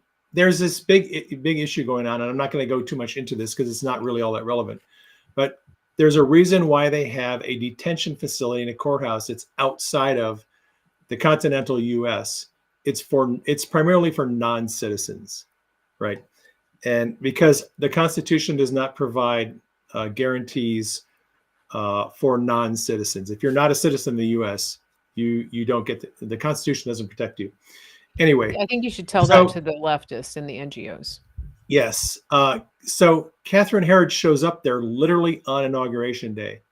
Got the selfie. Hey, I'm here. I'm sorry. And she is ostensibly there to follow up on some of the 9/11 trials that are still going on. Right. Sure you are. Yeah. She might be. She might legitimately just be there to follow up on some of the 9/11 detainees and their trials and other things going on. Maybe that's why she's there. Could be. Yeah. I don't know. I suspect there's Yeah. a chance that someone in the Trump administration tipped her off and said, "Hey, Catherine, you might want to go to Gitmo and just hang out there for a few weeks because you might get a breaking story in the Yeah. not too distant future." The spa. So I don't know. Is it a head fake? I don't know. If there's are there going to be a whole bunch of members of the cabal arrested and taken to Gitmo? I don't know. It just looks very strange. She's posting every day. Day 5, Yeah. Gitmo. Day 6, Gitmo. Yeah. It's definitely worth following her to see what's up there. I don't know, but we definitely want to we definitely want to keep track of that. That's a point of interest for sure. And I think let's see. Are we good with executive orders? Or are there any specific ones? I think we're good. Okay. At Well, some point, yep. I'm going to have to do some advertising. Oh, you want to do that now? So yeah, let me just do a little public Yeah. service announcement. Yeah. I do not have anything against my friends and enemies who connect with, gold and silver folks and preparedness food and people who are promoting various products on their shows because that is a way for them to make their living, right? I don't have a problem with that. I've had a lot of people approach me over the years saying, "Hey, I'm with this gold and silver group. Would you consider doing some ads for us?" And I'm like, I don't really need the money. Look, I'm not like screaming wealthy, but I am very, very content to ask people to purchase our books. If you've been following me, following Mary, if you simply buy one of my books once or twice a year, that pays our bills. And as long as our bills are paid, we're good. We don't need to promote anything else other than if you want to donate to our ministry, that's one way you can support us. I don't personally, profit from the ministry. It's a ministry. That money is for the ministry. But I do receive royalties from Amazon and Barnes and Noble. So if you purchase our books, you're supporting me directly financially. And I am very, very grateful for all of the financial support that you give us by buying our books. And with that said, Are we have a new ready? book- Ready? we have a new book to announce. The fourth book in the Q Chronicles series is now available. Woo! Mary once again gets the scoop to do the book launch for another book. What is this, the third or fourth exclusive? Third. You got the exclusive on the preparedness book a year ago, and on the Emotional healing. emotional healing book a year ago. So this Okay. is Q Chronicles book 4. Yes, we are redesigning the covers and the titles. Eventually, all of the books in the series are going to have new covers and new titles. Denise just didn't like the branding. She's like, every time I look at those covers, I don't like them. We're going to redesign the covers. So the boss lady is getting us some new branding for the fourth book, Q Chronicles book 4. So as with all my other Q books, this is a topical dive into various subjects that Q has brought up over the years. There's a chapter on Edward Snowden. Snowden is a very controversial figure. He leaked a whole treasure trove of information from the NSA years ago in 2013, and then boogied over to Russia. She's got something on her phone. He went to Russia, and he's been in Russia ever since then. He's actually been granted, I think, Russian citizenship. But this chapter on Snowden covers all of the posts, or I should say most of the posts, that Q has dropped about Snowden. And there's a lot of them.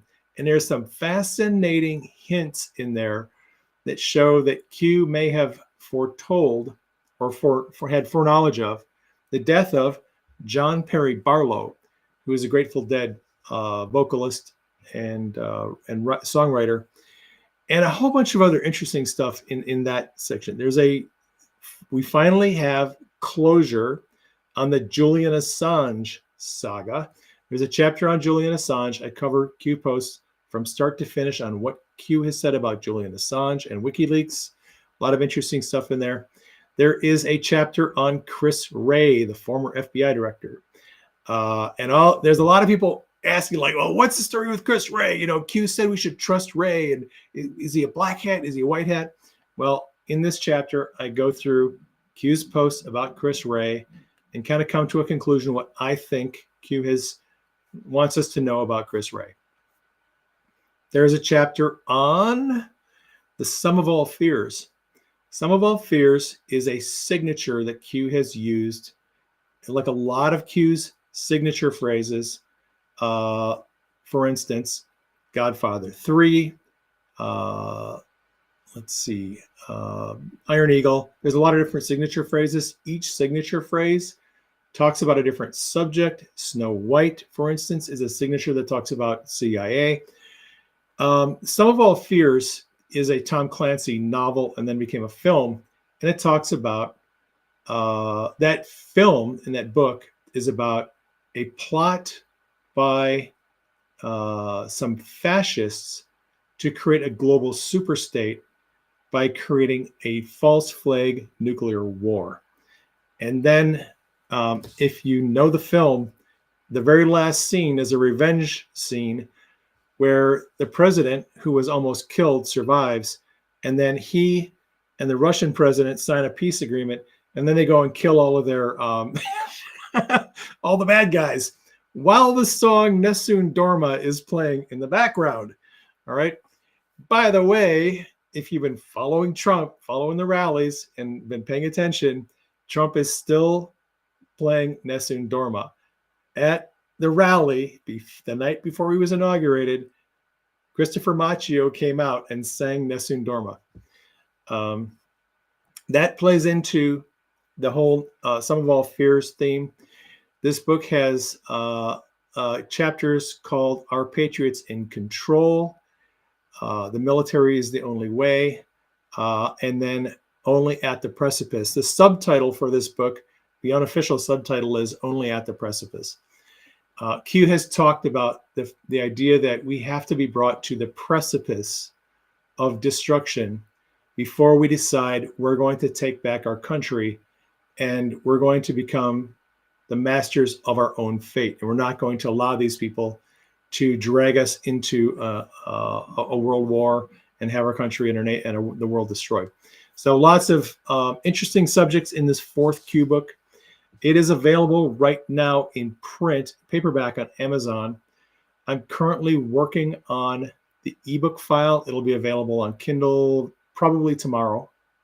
And then Denise has the print book files done for Barnes & Noble and some other platforms. So it'll be available in all formats and all platforms. Eventually, it'll be available on Apple Books and Nook and Kobo and all the other platforms shortly.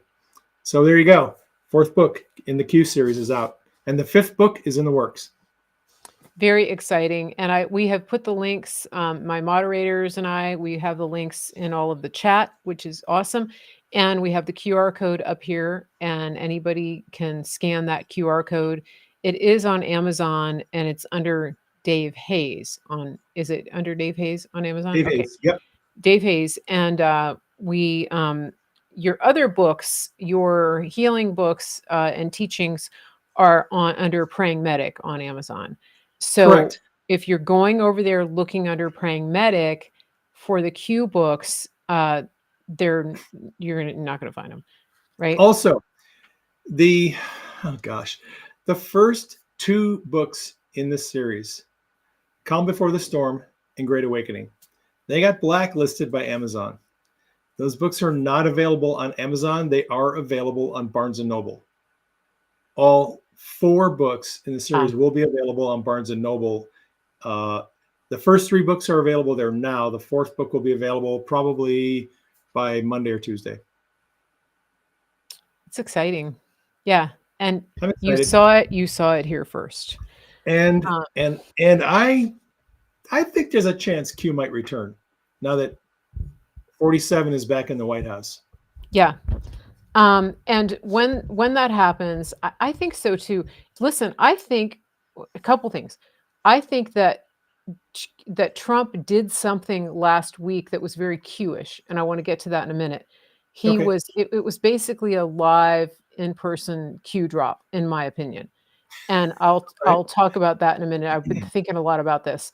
But also, Dave, you and I are going to, hopefully, if this happens, we're going to be doing spaces on X. And can you explain a little bit about that? We've got to get some practice rounds in because there's an art to doing spaces. And we did one a couple weeks ago, and I didn't really understand the assignment. So I messed it up. But we had a good space. It was good. It just wasn't what Dave had pictured. But explain your workflow and why we're going to do spaces. Yep. If Q returns, and this is a big if, because I don't know if Q is going to come back. I suspect Q will come back, and here's why. If Kash Patel makes good on his promise to declassify millions of documents that the FBI has, if John Ratcliffe makes good on his promise and declassifies millions of documents that the CIA has been sitting on, if we start getting this massive amount of declassification and all these documents made public, we're going to need some help sorting through all these documents and figuring out what's relevant and what's not. And that's where I would imagine Q might come in and help us laser pointer, say, look, start here, look at these documents, read them, and let's start connecting the dots, and then move to this, and then move to that. That's just my theory. If Q is going to return, it'll probably be to help us connect the dots in all of these declassified documents. So if Q does come back, I have a particular workflow that I use to go through the posts and make sense of them. And here's how it works. When Q is actively posting, and I'll just make a guess. I think if Q comes back and is helping us go through declassification, there's going to be a lot of coded posts that have to be decoded, and there's going to be a lot of them, maybe 15, 18 posts a day. That is a lot of information to go through, requires a lot of research.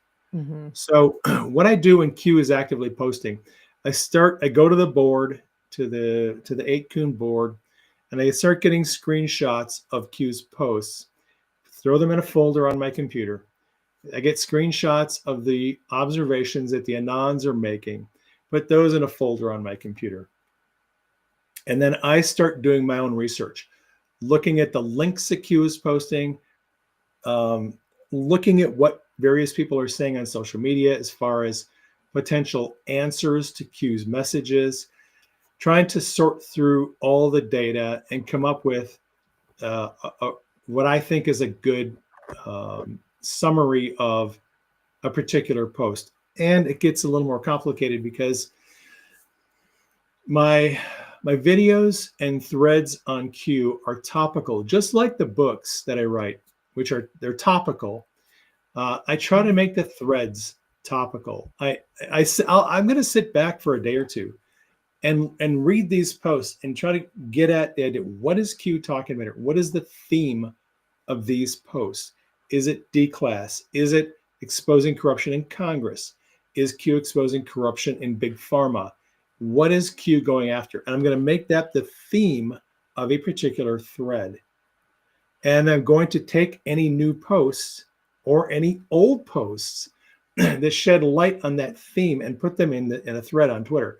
So I'll create a thread on Twitter with screenshots, both old posts that'll give context and new posts that give new information.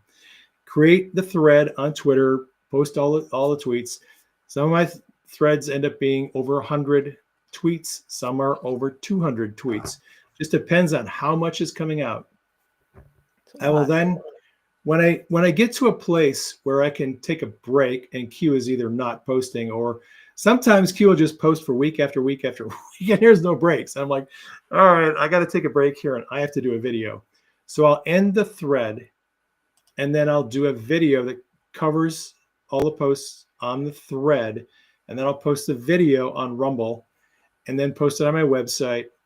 And then there's this thing called Spaces. So my last Q thread was 4 years ago. All right, I'm a little rusty on the workflow. So I've been kind of brushing up a little bit and going through some of my old Twitter threads to get myself mentally back in the workflow of what would it look like to do a Q thread? How do I make, like even the thumbnails to start a thread? I forgot how I went in and actually did the artwork for those threads. I had to retrain myself how to do this.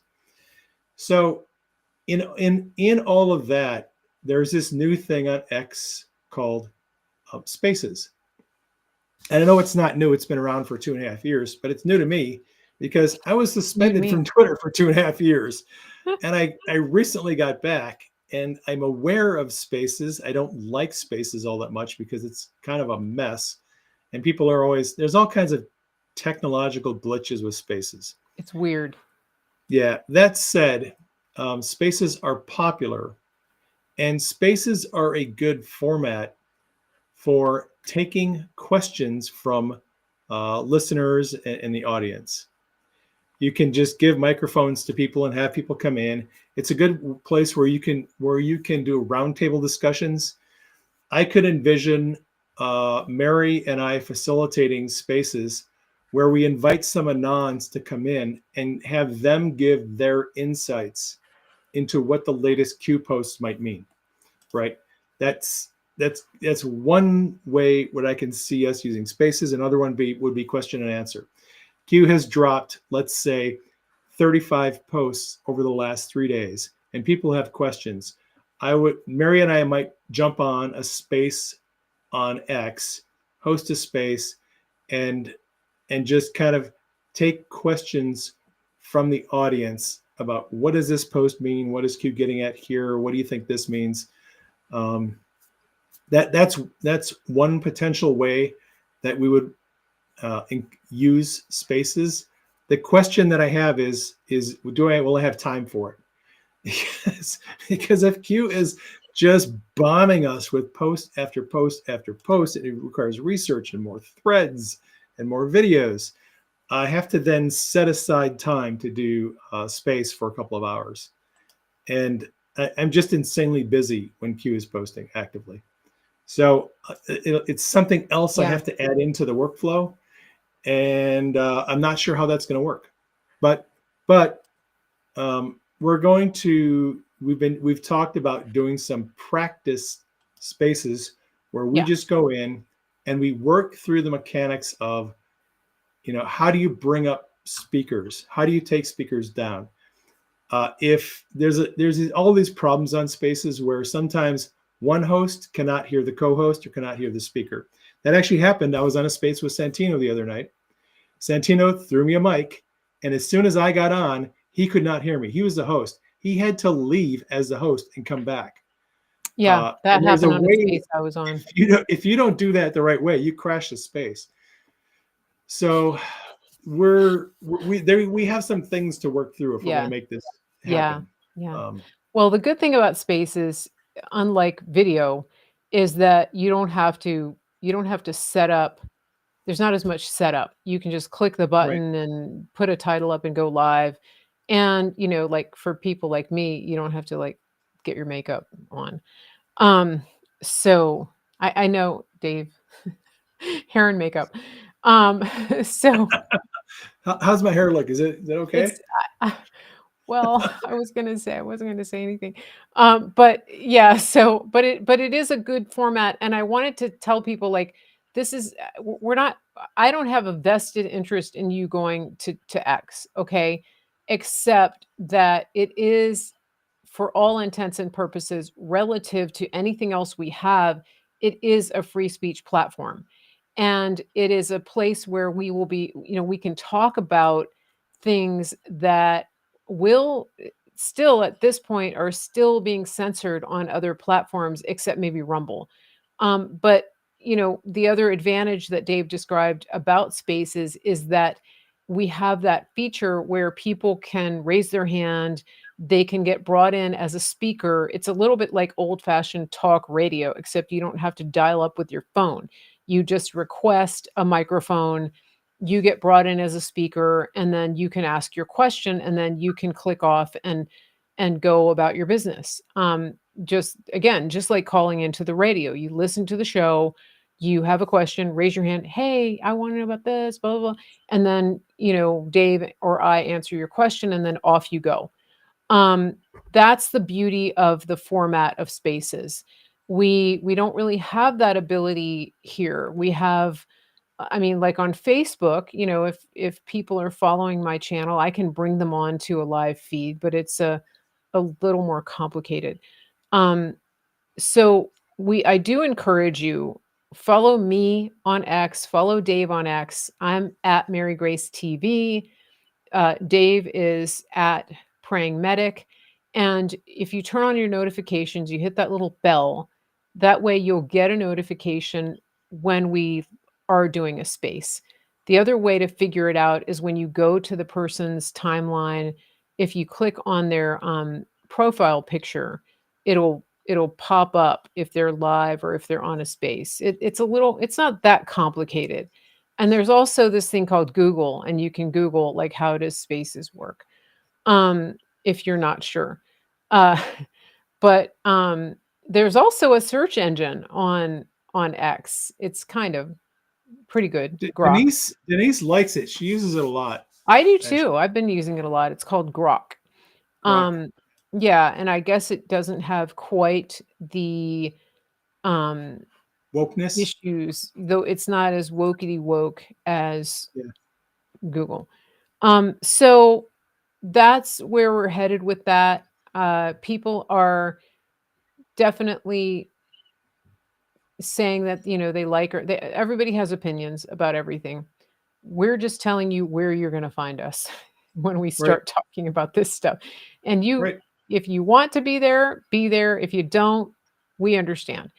And we'll do the best we can to disseminate the information in other ways. But these video chats that we're having, we just can't do it as frequently. I don't have a TV studio. We can't run 24/7 video feeds like some of the Like, I'm not Alex Jones, okay? Let's just, although, yeah, anyway, not Alex Jones.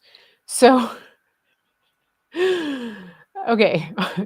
Now, speaking of technology, I would love to talk about President Trump's press conference the other day with Larry Ellison and Altman, the OpenAI guy, and the other guy, I don't know who that guy was, a financier, From SoftBank. billionaires. Yeah. That raised a lot of eyebrows, and some people were big mad that Larry Ellison talked about some jibber jabbers. And I think some people jumped ship over that. I'm like, hold up, guys. They always do. Yeah, 72-hour rule. But I mentioned earlier that I thought that Trump was doing a real-time Q drop. And I actually think that was a real-time Q drop. And I'll tell you why. Because we already know that Q posted things to draw attention to them and to get the attention of the Anons so that they would start researching. And I'm willing to, I know for sure that as that press conference was unfolding, as Trump was talking with those three guys up there, that the Anons were going to town, right? Like they were keyboarding like mad because, Q doesn't have to tell them anymore what to do. They're just doing it. To me, that was like a real-time Q drop. Hey, I'm shining a spotlight on these tech bros and billionaires. And one of them even handed something to you on a silver platter when he started talking about his AI cancer treatment. Like, go have at it, everybody. That's my take. I think it was a real-time Q drop. That's interesting. Well, we know that, and oh gosh, this is a kind of a difficult subject to talk about for me. Okay.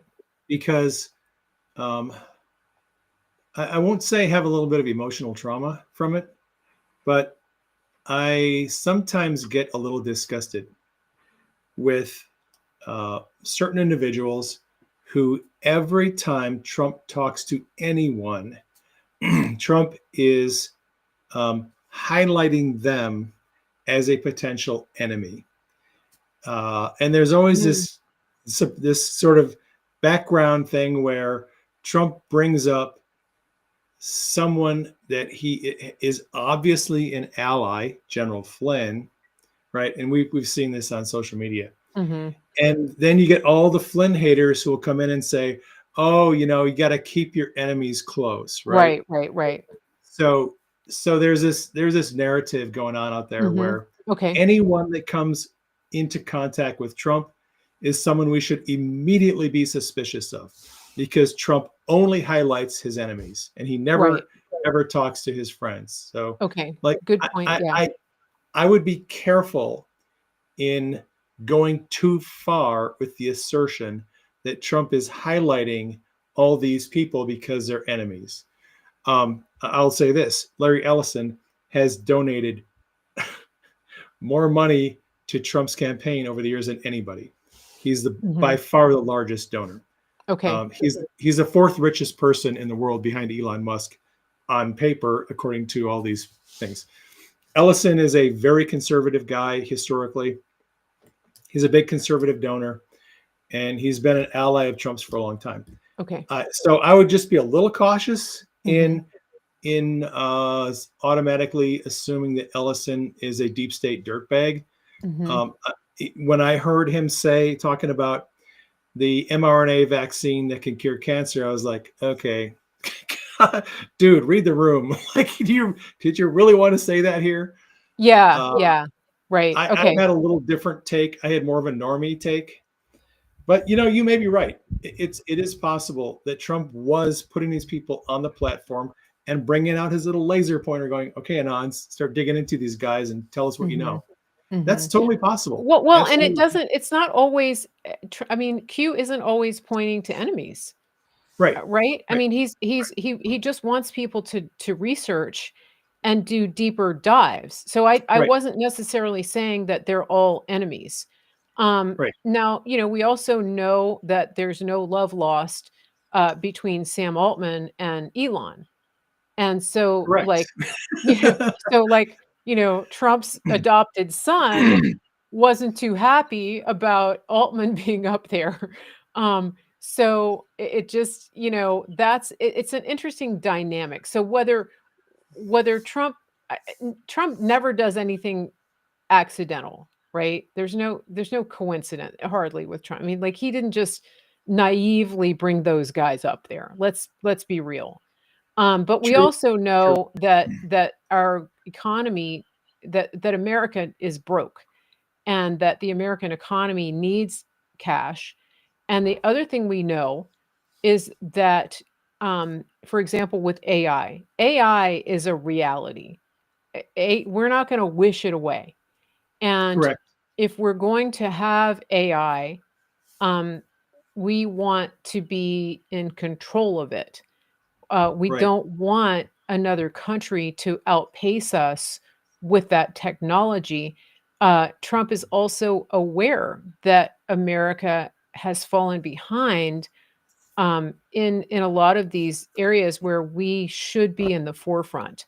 I mean, he's talked about that on the campaign trail so many times. We're a declining nation, and so, would he want to get ahead and put the pieces into place to start advancing our infrastructure? Absolutely. And Okay.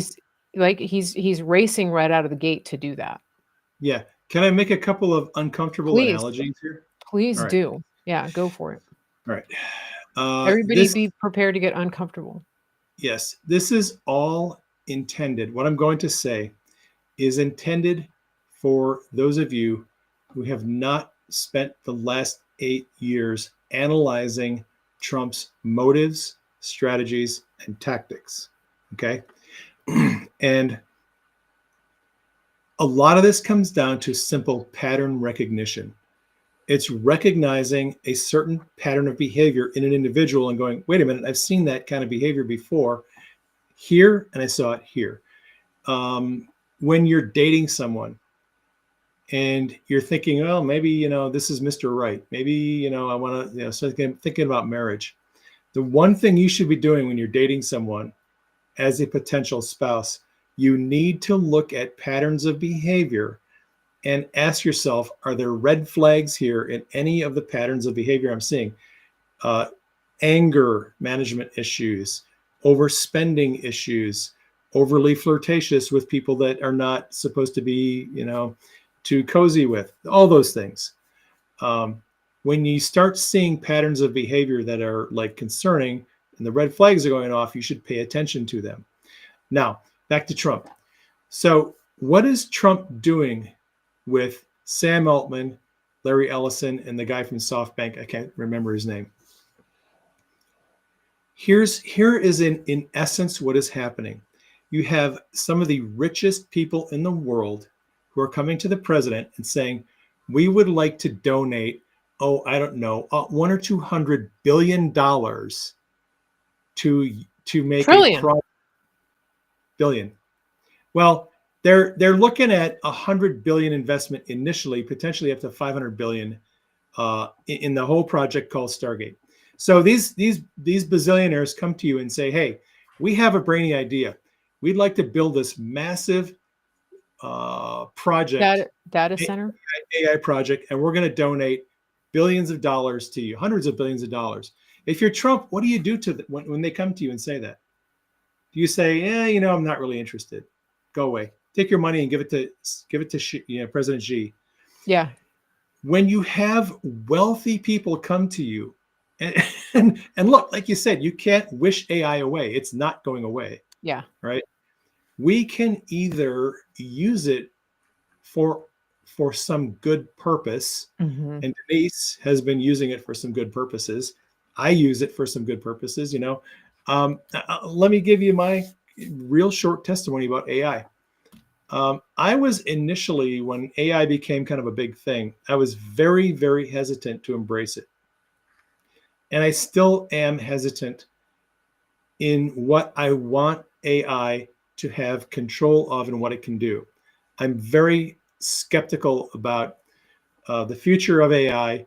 Elon has literally said publicly, if it is not regulated, it is going to destroy humanity. So Elon is very well aware of that, and so is Trump. All right. So if you can't wish this thing away, the next best thing you can do is control it. You have to control the development. You have to regulate it. You have to make sure it doesn't get in the hands of the wrong people and be used for the wrong purposes. Correct? That's just like any technology. Just like, I don't know, a pandemic that has vaccines that are going to come out. Let's go back to the pandemic of 2020. Trump did not have a choice to say to Fauci and Birx and all these other people, no, we're not going to have a pandemic this year. He didn't have a choice. The president doesn't get to decide if we have No, the pandemic. Trump doesn't get to decide if the health officials are going to declare a pandemic or not. He has no control over that. Unless he puts them on a gag order. All right. Unless he puts them on a gag order preemptively so they can't say anything publicly about it. See, he's learning. He's learning. If he was smart in 2020, anyway, so he also had no control over these drug companies launching vaccines to combat a perceived pandemic. Trump could not stop those vaccines from coming out. The only thing he could do is exert control over the process by which they're manufactured and let out into the public to try to minimize damage. Are you seeing a pattern of behavior here? Okay, same thing with crypto. I would argue the same thing is true with crypto. Trump is not a crypto fan. Trump has never been a crypto fan. He has come out and said Bitcoin is a scam. He doesn't believe in crypto. There's no intrinsic value in it. However, Trump can see down the road, he's like, there's no way I'm going to stop crypto from being a thing. It's just people just like it. It's growing in popularity. I can't prevent this thing from happening. So I'm going to get into it and I'm going to find a way to control it.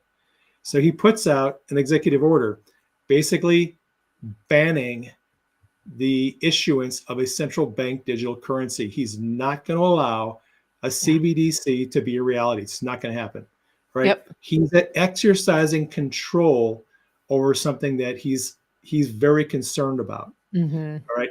Trump is a sound money guy. He wants the dollar to be the preeminent currency of the world forever, period. And who knows, we may go back to a gold standard at some point. But with crypto, it's another thing where Trump is looking into the future and he's like, I cannot prevent crypto from becoming like this big thing. So I have to get into it and I have to exercise some control over it. Patterns, you need to start recognizing patterns. Trump looks at AI, looks at crypto, looks at the pandemic and goes, I can't stop these things. So I have to get in here and I have to exert some control and influence about how it's going to be rolled out. And that's just how Trump is. Trump understands that if you can't stop something from coming, you have to get involved and influence the way that thing is going to develop and be regulated and be used by society. That's the best. He's very pragmatic. Yeah. He's a realist. He's a pragmatist. He's not a Pollyanna. He's not an ideologue. So he doesn't everything he does is pragmatic. He's very, very down to earth, practical. I need a solution to this issue. He's not an ideologue. He really isn't. Yeah. He's not emotional. He doesn't make decisions on emotion. And he literally weighs all the options. Okay, if this, then this. He's got flow charts running through his brain all the time. And, Absolutely. we can see this, for example, in the press conference that he had in the roundtable in California last night. He already had a set of data coming into it. And one of the things that people like Karen Bass and all of these supervisors and people who think very highly of themselves and think they're the smartest people in the room and have bought into the lie that Trump is dumb, they go into a meeting like that thinking they have the upper hand. And and they get caught flat-footed every time because they're operating from a place of sort of one-dimensional hubris, and they really think that he's an idiot. And then he starts throwing all of these facts and figures at them because he's done his homework. And for example, when she says, when she's trying to tell him that people can get into their properties to clean up, he says, no, they can't. You told them 18 months. Your supervisors told them 18 months. She's gobsmacked because she doesn't know how Trump knows that.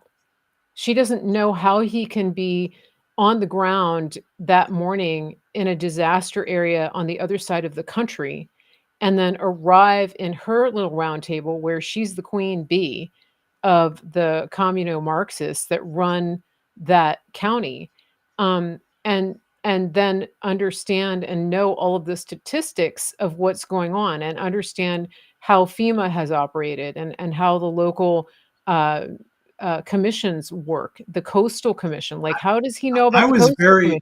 I was very impressed with how much Trump knew about what was happening locally, what had been said, what the restrictions were, what the conditions were. Yeah. He was totally up to speed on that, as if he had been there the whole time.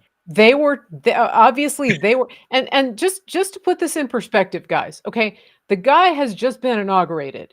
He changed the entire inauguration, went through that. He's done, he's probably had 20 hours of sleep all week. He's had the most effective and energy-packed 100 hours of any administration ever. And he shows up at this roundtable having to do with one disaster in like 3 counties in California. On the scale of global events, it's a big, but it's not the biggest. And he knows what's going on. He knows about the Paradise Fire. He knows about Maui.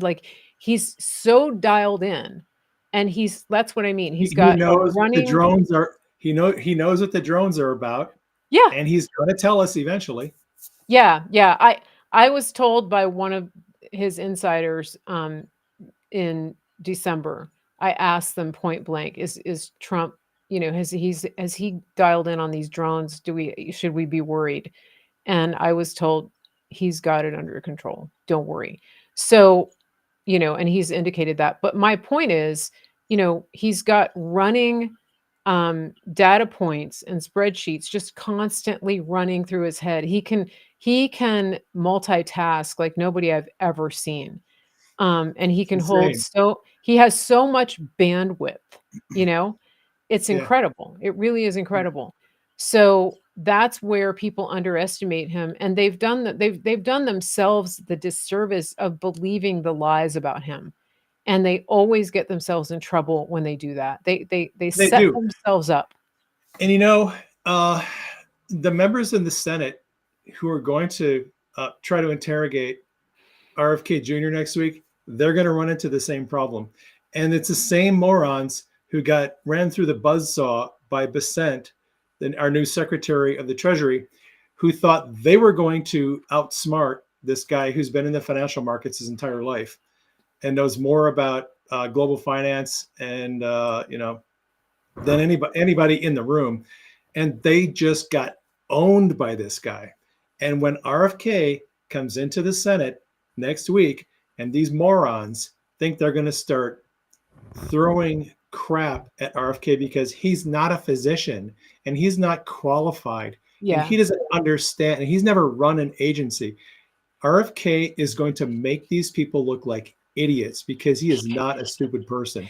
He's going to eat their lunch. He is going to destroy them. Maybe he'll have a pull-up bar in there.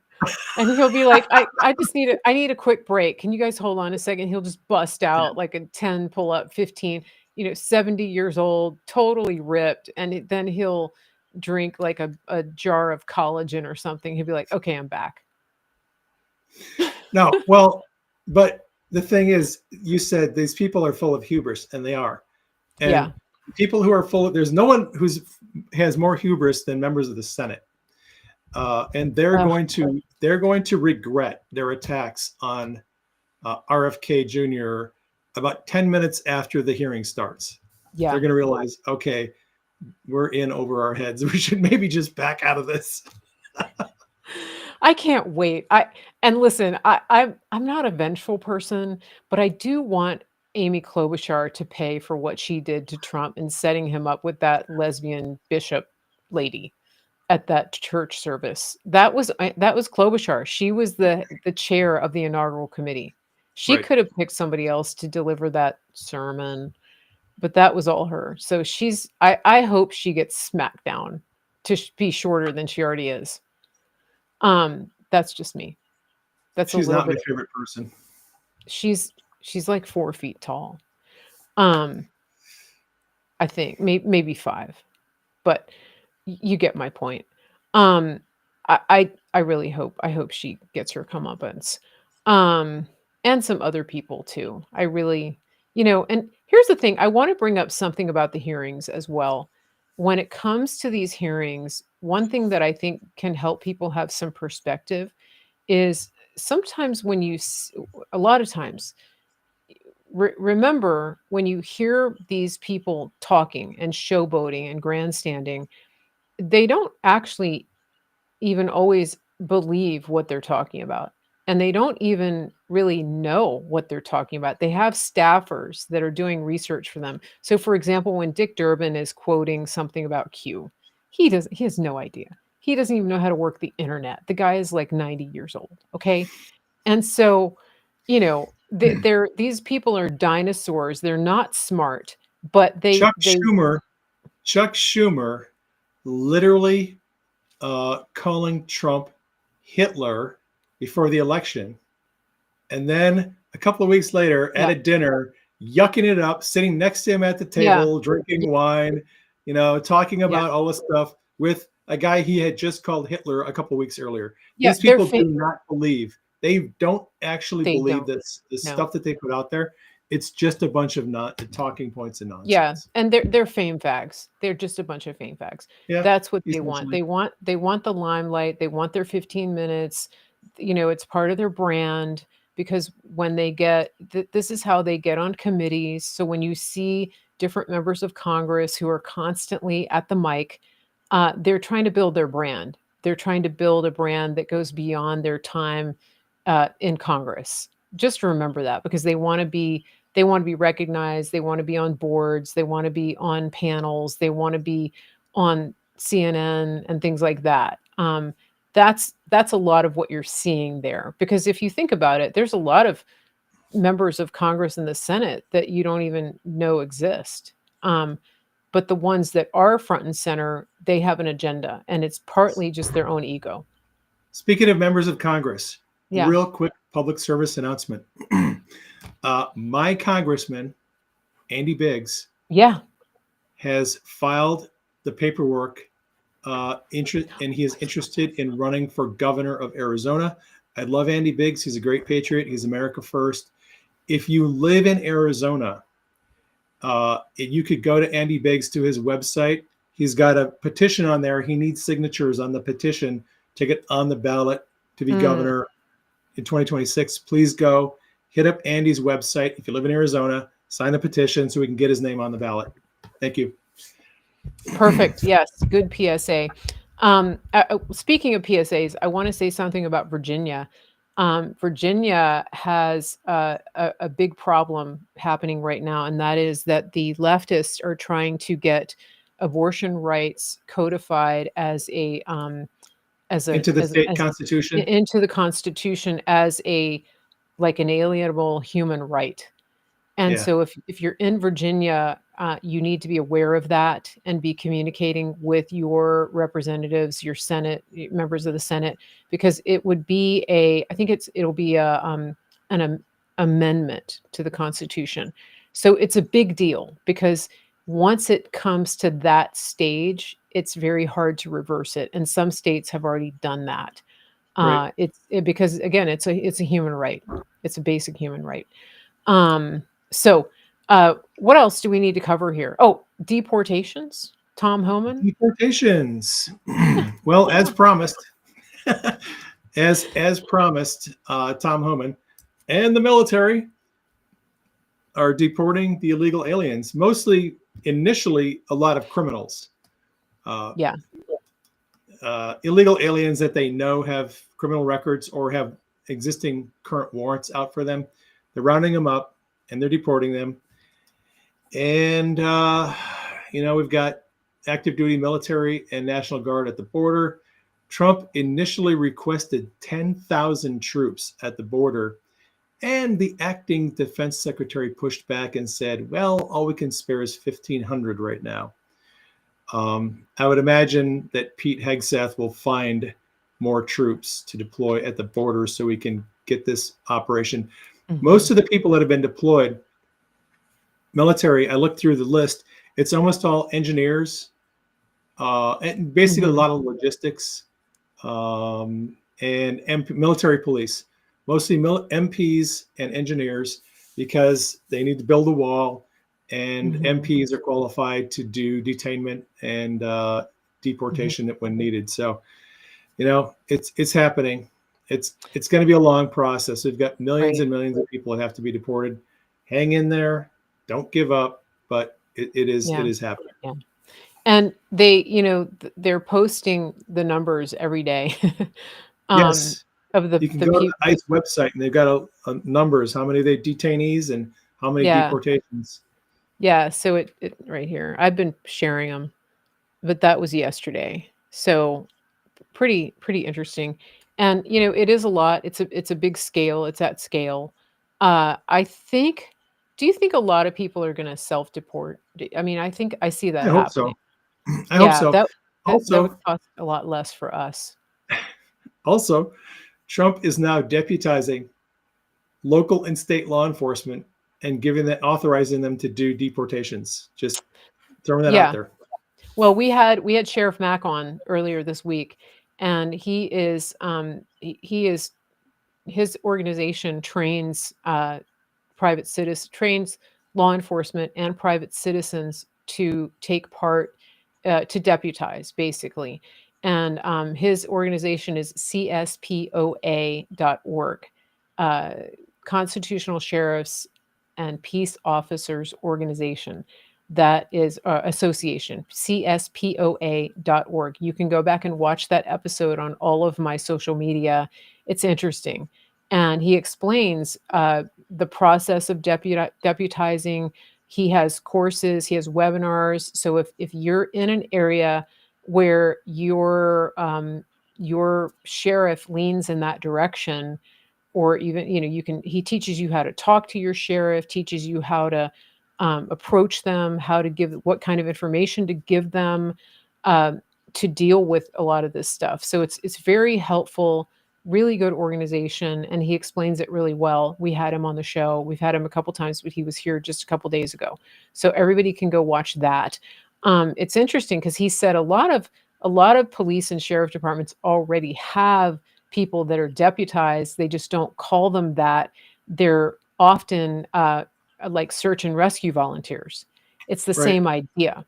And so anybody that's military or former police or just a private citizen that wants to be deputized, there are programs like that, and he teaches you how to do it. So that's pretty cool. I did see something about 82nd Airborne. Maybe they're talking about sending them down to the border. That wouldn't surprise me. And Marines, some Marines. Yeah, I can't confirm. I will say one more thing that Trump did in an executive order.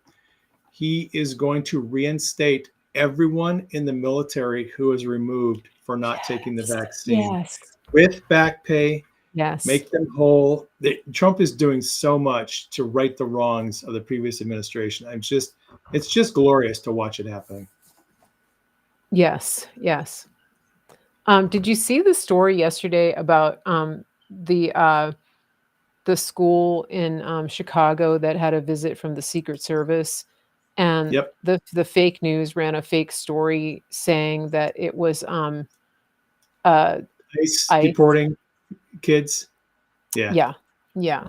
Yeah. That That's how they that's yeah, that's how they roll. Now, do you notice any changes with the fake news? Have you noticed a difference in the way that they're handling the news nowadays? Like yesterday, it seems like they were asking Trump real questions when he was at these disaster areas. They weren't like screaming at him trying and to do the gotcha questions. yeah, I haven't been paying enough attention yet to say whether there is a real change in the tactics used by the mainstream media. It was great watching Trump just riff with Ducey in the White House when he was signing executive order. Peter Ducey was in there, mhm, and it was like there was Peter Ducey. He was asking Trump, and Trump was just going back and forth with him about all these different things. yeah, And this one female, like lefty reporter was in there. She was trying to get some gotcha questions in there, and Trump just kind of kept shutting her down. was it So Caitlin Collins? She's a no, it harpy. was some gal. She had an accent. Okay, I don't know her name, but we'll have to take a wait and see. But you love to see Trump going out to Marine One and having all the reporters lined up there outside their he's tents, back.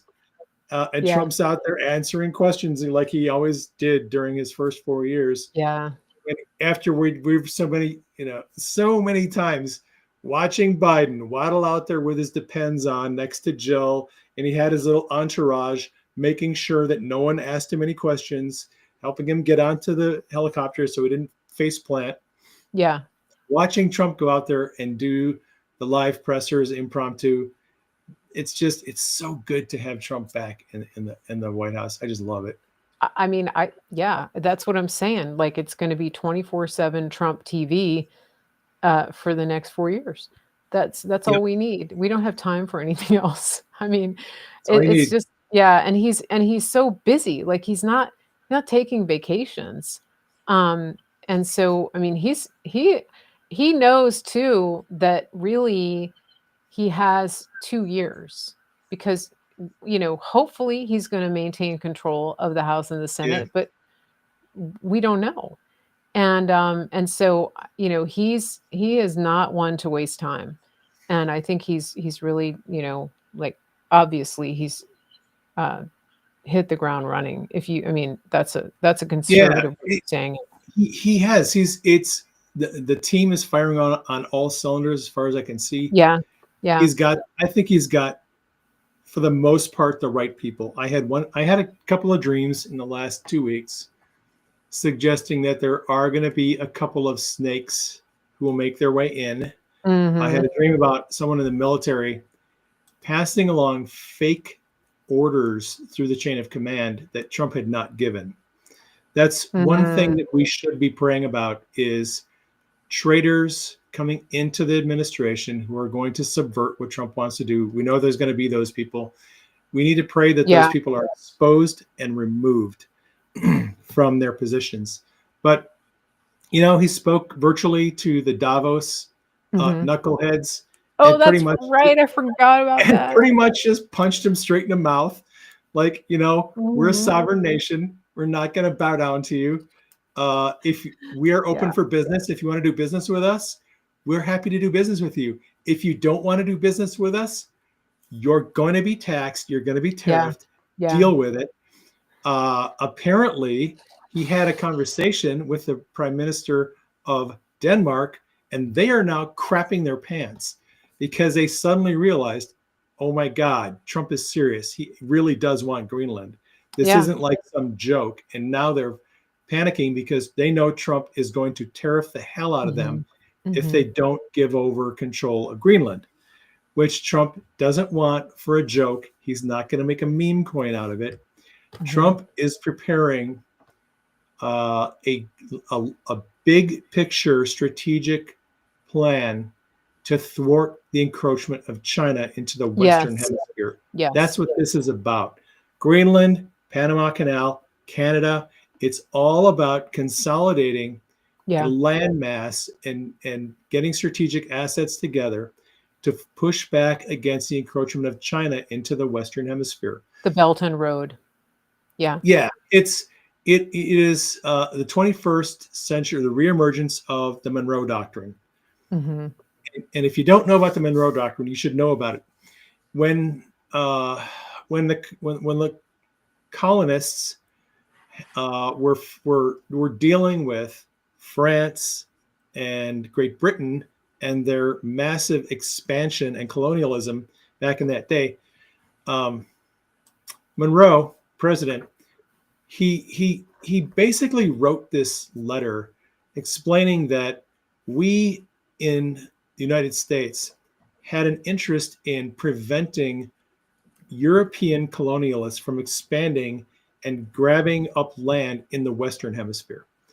And the Monroe Doctrine was really basically a doctrine that said the Western Hemisphere is sort of ours to guard and watch over, not that we're going to go and take over all the countries in Central America and South America, but that we have an interest in preventing France and Great Britain and Germany from coming in and taking those lands and basically creating more influence in the Western Hemisphere. Mm-hmm. That's the Monroe Doctrine. Trump is very, very aware of the importance of not allowing China to come in and subvert these governments and take over. Like China is building bases in Cuba right now. China is doing everything they can to try to surround the United States, and Trump is pushing back. And the Greenland, Canada, Panama thing, it's all about pushing back against China's attempt to have basically global dominance. And the U.S. does have presence in Greenland already. It's not like we're just, thinking this up. We do have like research facilities that, we have joint facilities there with other nations. So this is not really far-fetched. And, one of the things that I wanted to say about Trump too, as we're moving forward, there are some people listening who maybe aren't as familiar with him, who haven't studied him to the extent that you or I have. And there's a couple things that I think will help to understand him going forward. And maybe you've forgotten because you've been watching just rank incompetence and stupidity for 4 years. But Trump is very smart. He's multi-layered. He can multitask. And so, for example, if he starts talking about something or if he's dealing with a certain issue and you think that it's going to suck all the oxygen out of the room and that you don't want him to get distracted by it, don't worry. Trump is quite capable of focusing on more than one thing at a time. I mean, more than one huge issue. If you doubt that, just watch what he's done over the last week. Watch the press conference that Dave was talking about, where he's signing executive orders and talking to Ducey. And then yesterday, when he went from Carolina to California, and then there's another point I want to make about him. But do you want to interject something? Yes. You know how there's a saying, I can walk and chew gum at the same time. I get a little bit annoyed with people on social media. Whenever some issue comes into the headlines, there's this group of people that insist it's a distraction. It's just a distraction. Don't pay attention to it. It's a distraction. I'm like, look, I can walk and chew gum at the same time. Trump can walk and chew gum and cut the grass and bake cookies and hang drywall at the same time. The guy can do 15 things at the same time. He's not going to get distracted. So don't worry about it. Exactly. The other thing I wanted to say is that when it comes to Trump, we're not him. There are very few people like him. And what I mean by that is if you've ever watched a Rocky movie, just take like a classic knockdown, drag out movie where the hero is against the ropes and they've got a bloody nose, and you think it's over. They're counting, and then like one fingertip comes off the mat and one elbow comes off the mat, and then they get up on one knee and they drag themselves up, and just before the count they stand up, and then they like come back and slug, and they get this burst of energy, and then they take out their opponent. That Trump lives for that. Okay. Somebody in the chat said, he has so much energy. What does he eat? And I said, liberal tears. He eats adversity for lunch. He gets energized by adversity. When he was in the press briefings during COVID, people got so nervous because these smooth-brained idiots in the press, these teleprompter readers, would stand there and yell at him and fuss at him and try to get him on all these gotcha questions, and he would just keep going and sparring with them, and it made people nervous, right? They're like, why does he do that? It's just so serious. Because people, you might not like confrontation. Trump thrives on it. Like, this is what he eats for breakfast. Okay, he loves confrontation.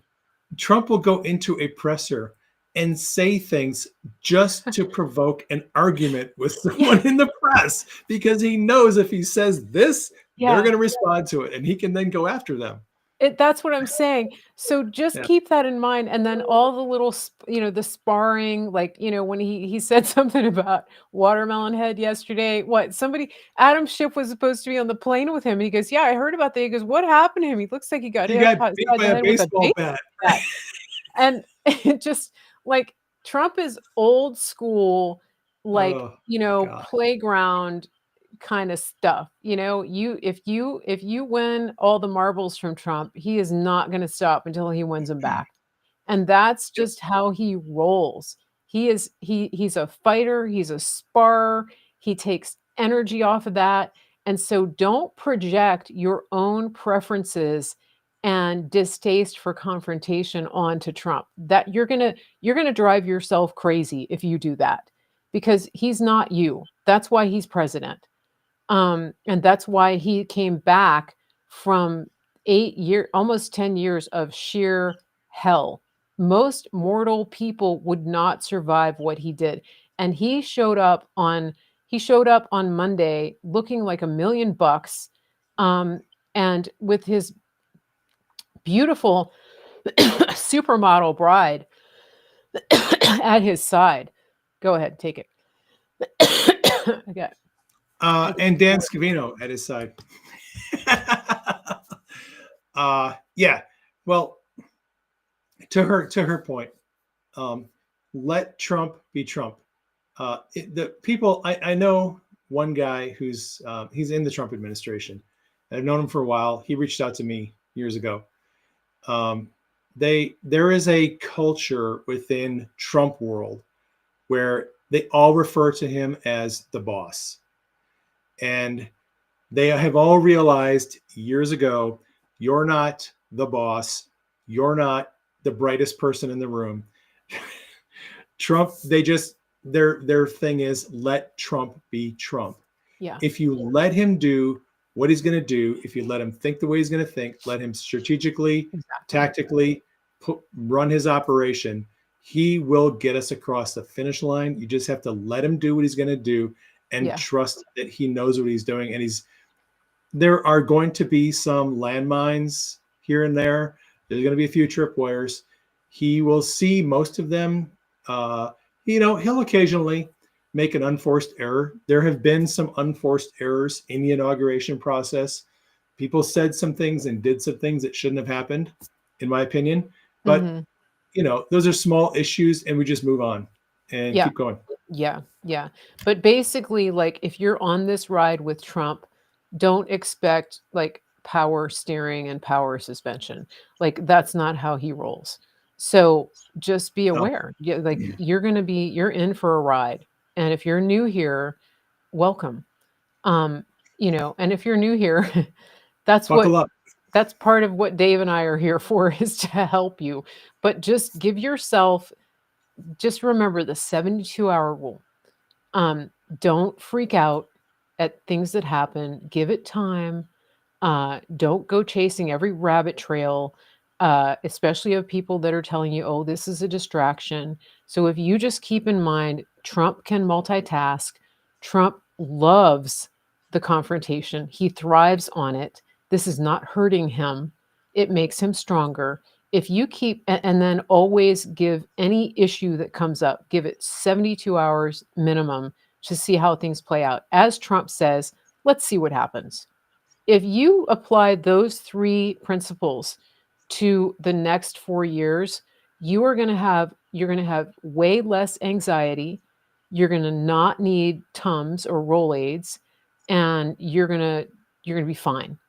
If you worry and fret over every little thing that we just described, it's going to be hell, because he is taking you. We are on the ride, like the rocket has launched. So get ready. Put on your seatbelt. Fasten seatbelts. Please put your tray table in the upright position. Please keep arms inside the ride at all times until it comes to a stop. We are we're in for a roller coaster ride, people. You just have to buckle in and get ready. There's going to be some crazy stuff coming out over the next 6 months. Yeah. So, yeah. Yeah, and it's like going to the carnival. It's like going to the carnival. It's like being on those rides where you get there and you're not quite sure those rides are even nailed down to the ground. And you just paid $5. This thing looks like it might tip over if it got. This thing looks like the seats might fly off. Yeah, like you remember the scrambler, like you're jerking all around. Oh yeah. Right? And you're like, I just paid to get on this ride. That's pretty much what you can expect, and it's okay, because Trump, like I said, he's loving it. Like he's got his arms. He's like the first one with his arms up at the top of the roller coaster. Okay, and keeps them up the whole time. That's Trump. If you know that's the personality you're dealing with, if you understand that, you can white knuckle it, but don't expect him to. Yeah. How'd I do? You did great. I would just add one thing to what you just said. I have been watching certain people, and this is not me watching them because I have a wife. She watches and listens to a lot of people on social media. And because we're like, joined at the hip, I vicariously get to watch and listen to a bunch of people on social media. And there's all these podcasters out there, and it's kind of sad because some of these guys literally think they're smarter than Trump. And they're already on their podcasts second guessing Trump doing this, appointing that, allowing this person in the room. This shouldn't have happened. That shouldn't have happened. Trump's really screwing up here. And I listen to these people and I'm like, yep, seriously, you have so little life experience to speak from, and you think that you could do this better than Trump. Yeah. Why didn't you run, and why aren't you in the White House? Yeah. I would be cautious in listening to people on social media when they're throwing shade on Trump or one of Trump's appointees, and just let it ride and don't get too anxious, nervous, or too concerned when people start criticizing what Trump is doing. 95% of the time, Trump is going to be landing the blows. He's going to be moving forward. There are going to be some unforced errors. There are going to be some snakes who are going to work their way into the administration. They'll eventually be exposed and removed. But just, like Mary said, if you want to have high blood pressure and be full of anxiety all the time, go ahead, listen to the people who are, start putting out all the concerns about Trump. Yeah. If you want to sleep well at night, do not listen to those people. Yeah, those are concern trolls. Is this a good time to talk about Con Inc. too? Sure. All right. Do you want to lead that? Go ahead. Okay. So, as one of the things that I think is important for people to be aware of is, as people have sort of become refugees from the fake news, there has to be someone to fill the void. And And a lot of you have landed on my channel, you've landed on Dave's channel, you've landed on, our content, but you've also maybe found yourself in a middle ground, in some watching some people that you think sound really reasonable and that align with you on certain topics. For example, like there's certain things that we can all agree on. For example, like abortion. That's something that most conservatives are aligned on across the board. Immigration, things like that. But if you start to notice, you'll watch some of these influencers that are part of what I would call conservative Inc. They have made a lot of money on Trump's coattails, riding his coattails, being what I would call sort of like faux conservatives, conservative Inc.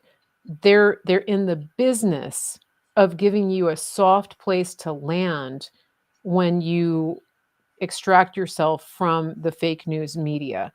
But if you start to pay attention to them, they are very quick to criticize Trump. And I'm not saying that Trump is always above criticism, but they're always bringing in some kind of concern or worry, or they have a better way of doing it, or they're saying things like, well, Trump needs to, and I like Trump, but there's always something like that.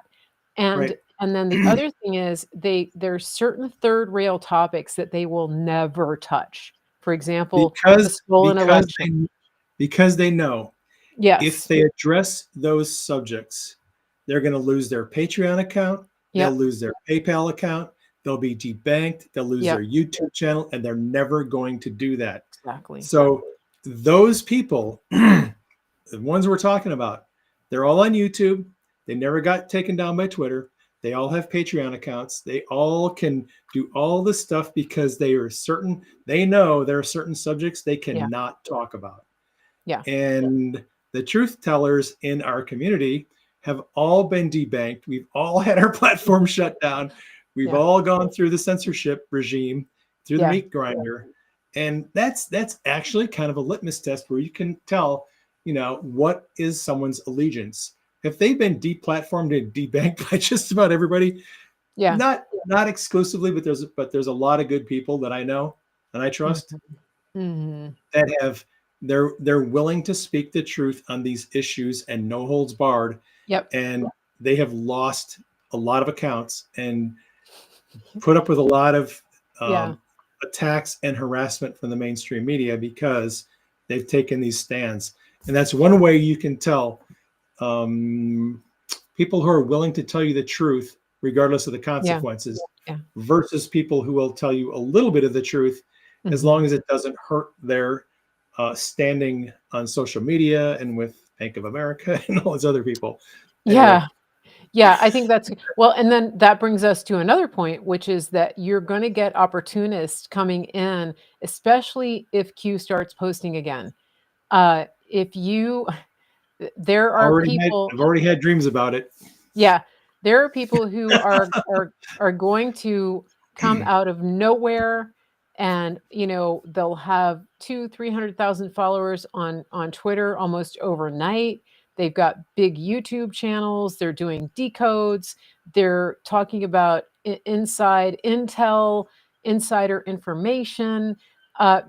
Be very wary of those things. If they're telling you things like so-and-so has been executed and so-and-so's at Gitmo, like just use discernment, pray for wisdom.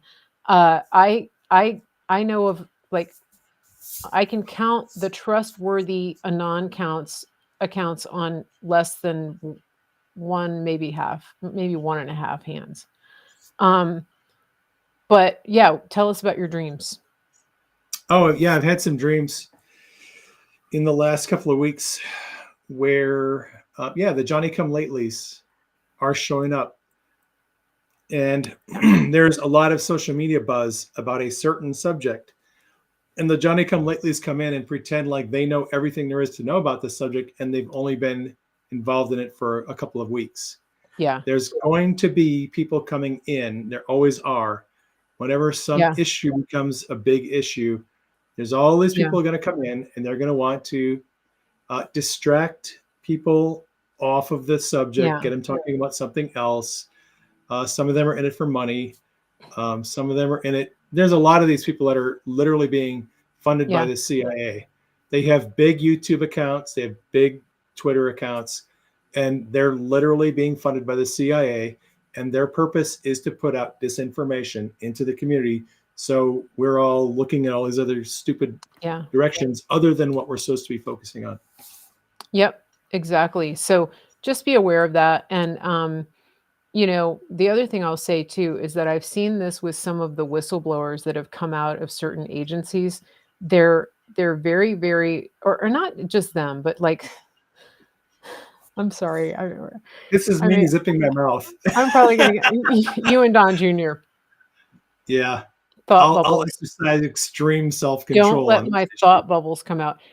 Yeah. Just keep in mind that there are people who emerge in the information space who are very, very smart in one or two areas.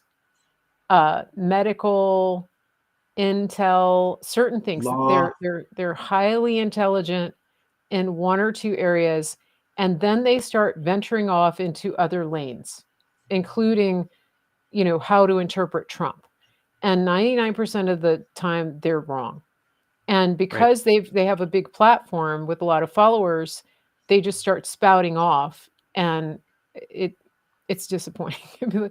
But they have big egos. So if you call them out on it, they're going to block you. So that's a good sign that they're not actually in the lane they should be in, that they've strayed from their lane of expertise. Yes. Apparently they don't know the big bowling. The main rule in bowling is stay in your lane, right? Yeah. And some of these people just can't stay in their lane. They Yeah. have medical expertise, they have legal expertise, and that's not enough. They have to go wandering into all these other areas where they haven't done any research, don't know what's Yeah. going on, and Yeah. weighing in on all this other stuff, and they just muddy the water. That's all they do. Yeah, that's a good point. Yeah. So I think I don't know how we veered off into this, but I think it's Who valuable. knows? I think it's valuable because we are entering a new season, We and are. it We are. started with kind of giving a little bit of a primer of how to interpret Trump, how to handle him, how to handle the people that think they know everything. And I don't even pretend to know everything, and I think I'm pretty good about recognizing and acknowledging when something is not my lane. I mean, people come to me all the time. Why don't you talk about this? Why don't you interview this? Because no, that's Yeah. not my lane.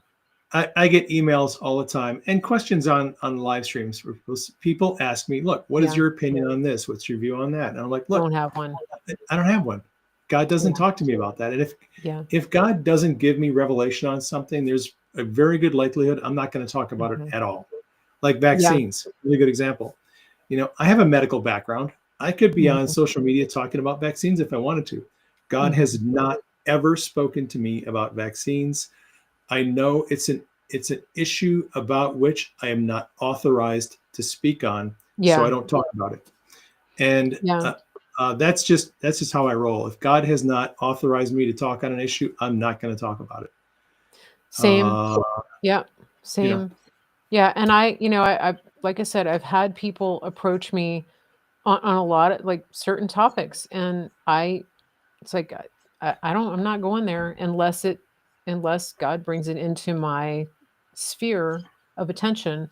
Uh, and I think that's a good rule of thumb. Like, for example, I don't comment on a lot of legal stuff because I don't have a legal background. I mean, I can give you the Right. basics, but there's accounts out there that are very, very good at that, at breaking down legal. But you always have to take those people with a grain of salt, especially if they start opining on our guy. And now we've got like weather people out there, like jumping 4 lanes of traffic to start opining on politics. And like, okay, you're a meteorologist. Just do weather. Just do weather. We appreciate your weather analysis and breakdown. We do. But Right.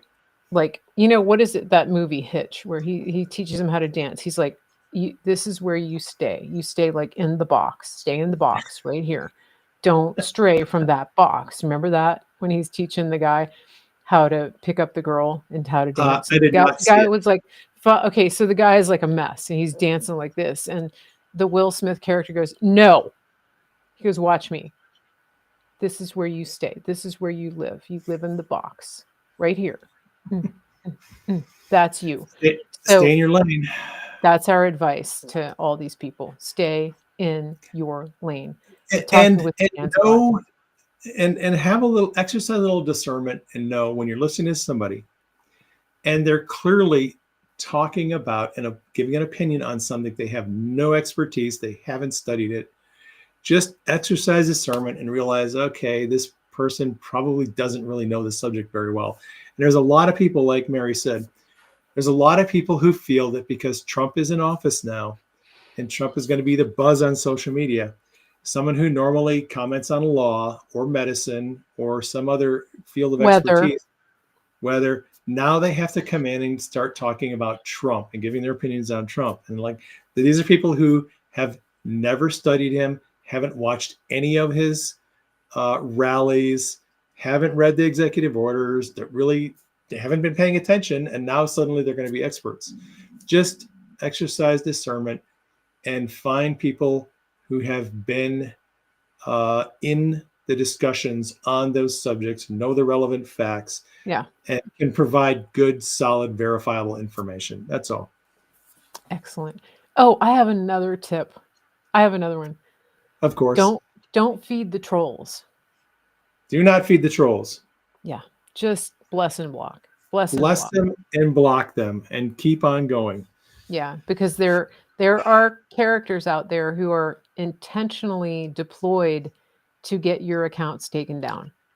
And if they I'm just saying that if you start engaging and going back and forth, not only does it mess with your account if you're trying to grow, especially on X, but it could get you shut down. I just keep that in mind, because they're going to report you. Like they're not there to have a conversation. They're there to destroy and to wreak havoc and to create drama and to distract you. So don't get into a back and forth. It's not worth it. And that's where protect your mind, control your emotions. That's where that comes in, because you can get very emotionally invested in going back and forth with somebody that you don't know, that may not even be a real person, or maybe sitting behind 87 cell phones in China. And before you know it, you've been arguing with them all day long. And then your account gets shut down and you wonder why. I'm just saying. She's just saying. Bless and block. I mean, those of us who've been in the trenches, we know. I mean, I got Millie and Christy over on Facebook. On Rumble. Michelle's over there too. They're all like digital warrior veterans. How many accounts have we been through collectively? I don't know. But those are just some things. And again, this is just this part of the show. This portion of the show is free. This is free advice. You can take it or leave it.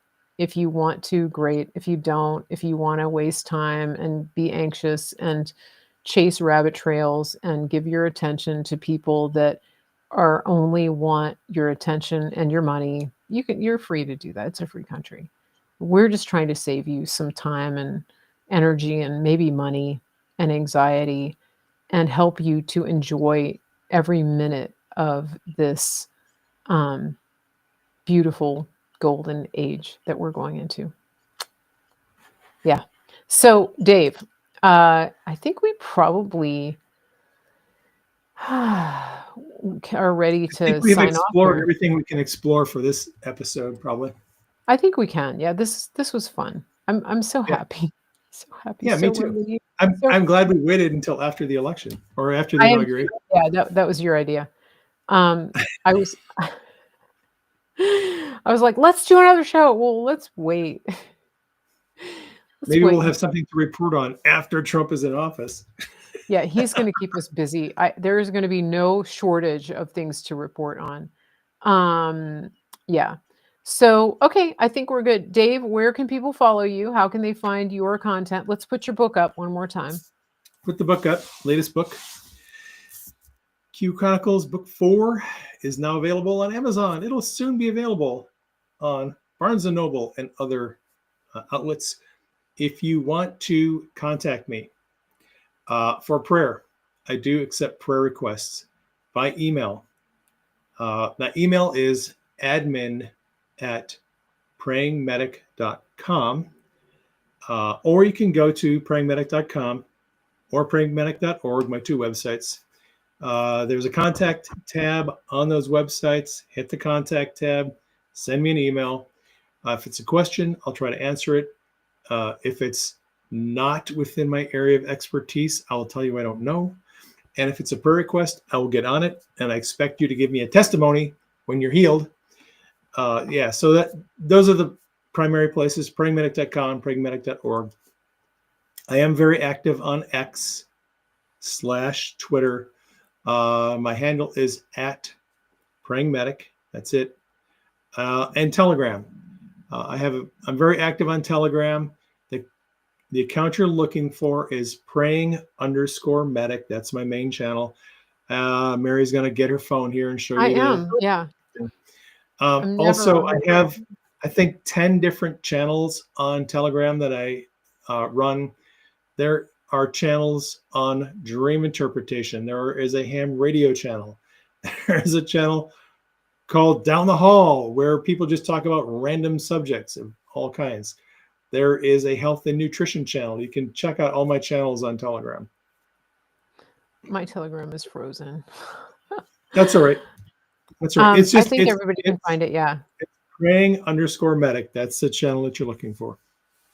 And he's got a lot of followers over there. Yeah, and over 100,000 followers. And I want to tell everybody, it's a little trickier on Telegram because it's hard to get verified over there. But there's very few verified accounts. But on Rumble, Dave and I are both verified. There's a little green triangle next to the name. That means that's who we are, who it says we are. If somebody is in the chat or messaging you or anything like that through Rumble, they always come in the chat after the fact and put these messages in there, and they're trying to sell you something. It's usually some kind of crypto, and they're dropping a Telegram account in there or an email address. Please just block them. That's not us. And they'll have names like Mary Grace Media Official or Official Mary Grace, or it's close enough that you think it might be that person, or they'll misspell the name slightly. Be aware of that, guys, because those are scammers. Don't click any of those links. That's important. Also, my Facebook account is verified. I have about 85,000 followers. If you see other Facebook accounts, it's not me. They'll take the same profile picture, the same header, all of that. Don't follow those pages. The same goes for Dave. My Twitter is @MaryGraceTV. Dave is @PrayingMedic. Be very, very careful about that. And we do not have backup accounts. If you see a backup account, it's not us. Block them. Right. Same thing on Truth Social. We're both verified on that. Most of the places where we post, we are verified accounts. Okay. And we're doing that for your protection. We don't want you to get scammed. We don't want you to get viruses on your computer or anything like that. We mostly communicate through our channels. I do send emails from marygracemedia.com. That's the only time you'll get anything in your inbox from me. So please be aware of that. It's super important. I think that's it. And we will come back and do more shows. We did mention early on that we're going to be doing some practice spaces on X, and we will, we're not going to announce those. Those are just kind of whenever we feel like it. Yeah. If you happen to be on X when we go live, and you happen to jump into the space We Oh might yeah. throw you a microphone. We might throw you a microphone, but it's going to be practice bringing up speakers, taking speakers down, troubleshooting the platform, and getting into a workflow. That's all we're going to be doing for a while on X as far as Yes, space. yes, exactly. That's a good point. So if you are following, don't be afraid to raise your hand. There's a little request button on X in the spaces, and you can raise your hand, and then we will We'll try to we'll bring you up bring as you a up. speaker. I will, because I'm going to be the admin. So I'll try to bring you up as a speaker, but that's part of the process. So if we mess up, if I mess up, have some grace. Just come back and put your hand up again because that's part of the learning process. Don't get mad if we kick you out by accident. It's all for practice. And the good thing Well, about we it have is, to practice kicking people out too. So if you want to oh, okay. volunteer to get booted from our space, come on in. Yeah, okay, yeah. And it's really good for people who are nervous. If you want to practice asking a question, you're not on video. So this is a good time to practice, and we'll try not to be mean to you if you're not a troll and you're just nervous. That's a good, just say, I'm nervous. I've never done this. I don't know if I'm doing it right. It's okay. That we want you to practice so that when the time comes for real Q&A for the Q drops, then we can get the information out to as many people as possible. That's the point. Education and empowerment for everybody, right? Absolutely. Yeah. Okay. So you can follow me at marygracemedia.com, and you can find all of my social media at that location, marygracemedia.com.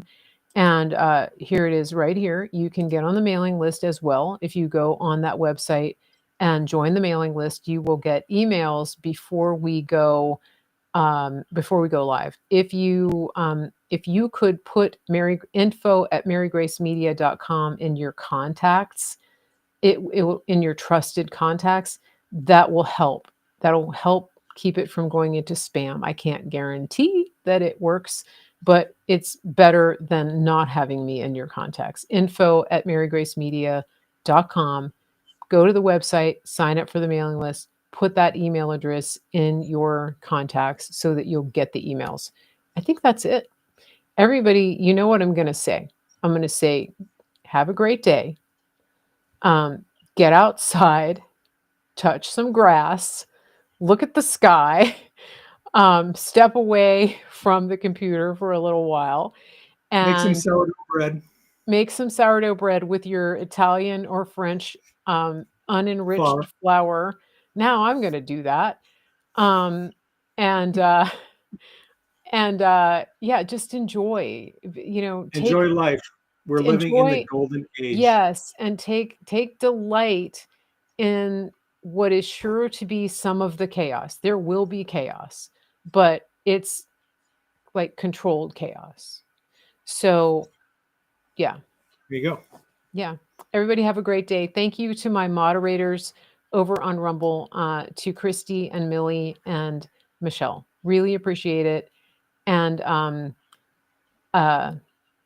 yeah, that's awesome. You guys, you're amazing. I will be here soon with more shows. I do have at least one show coming up this week with a really good interview with somebody that's dialed into the Make America Healthy Again movement. That's on Tuesday. Can't remember what time. But anyway, get on the email list. You'll get a notice. Everybody have a great day. We'll be back. Mary Grace and Dave, Conspiracy of Truth. We will be back.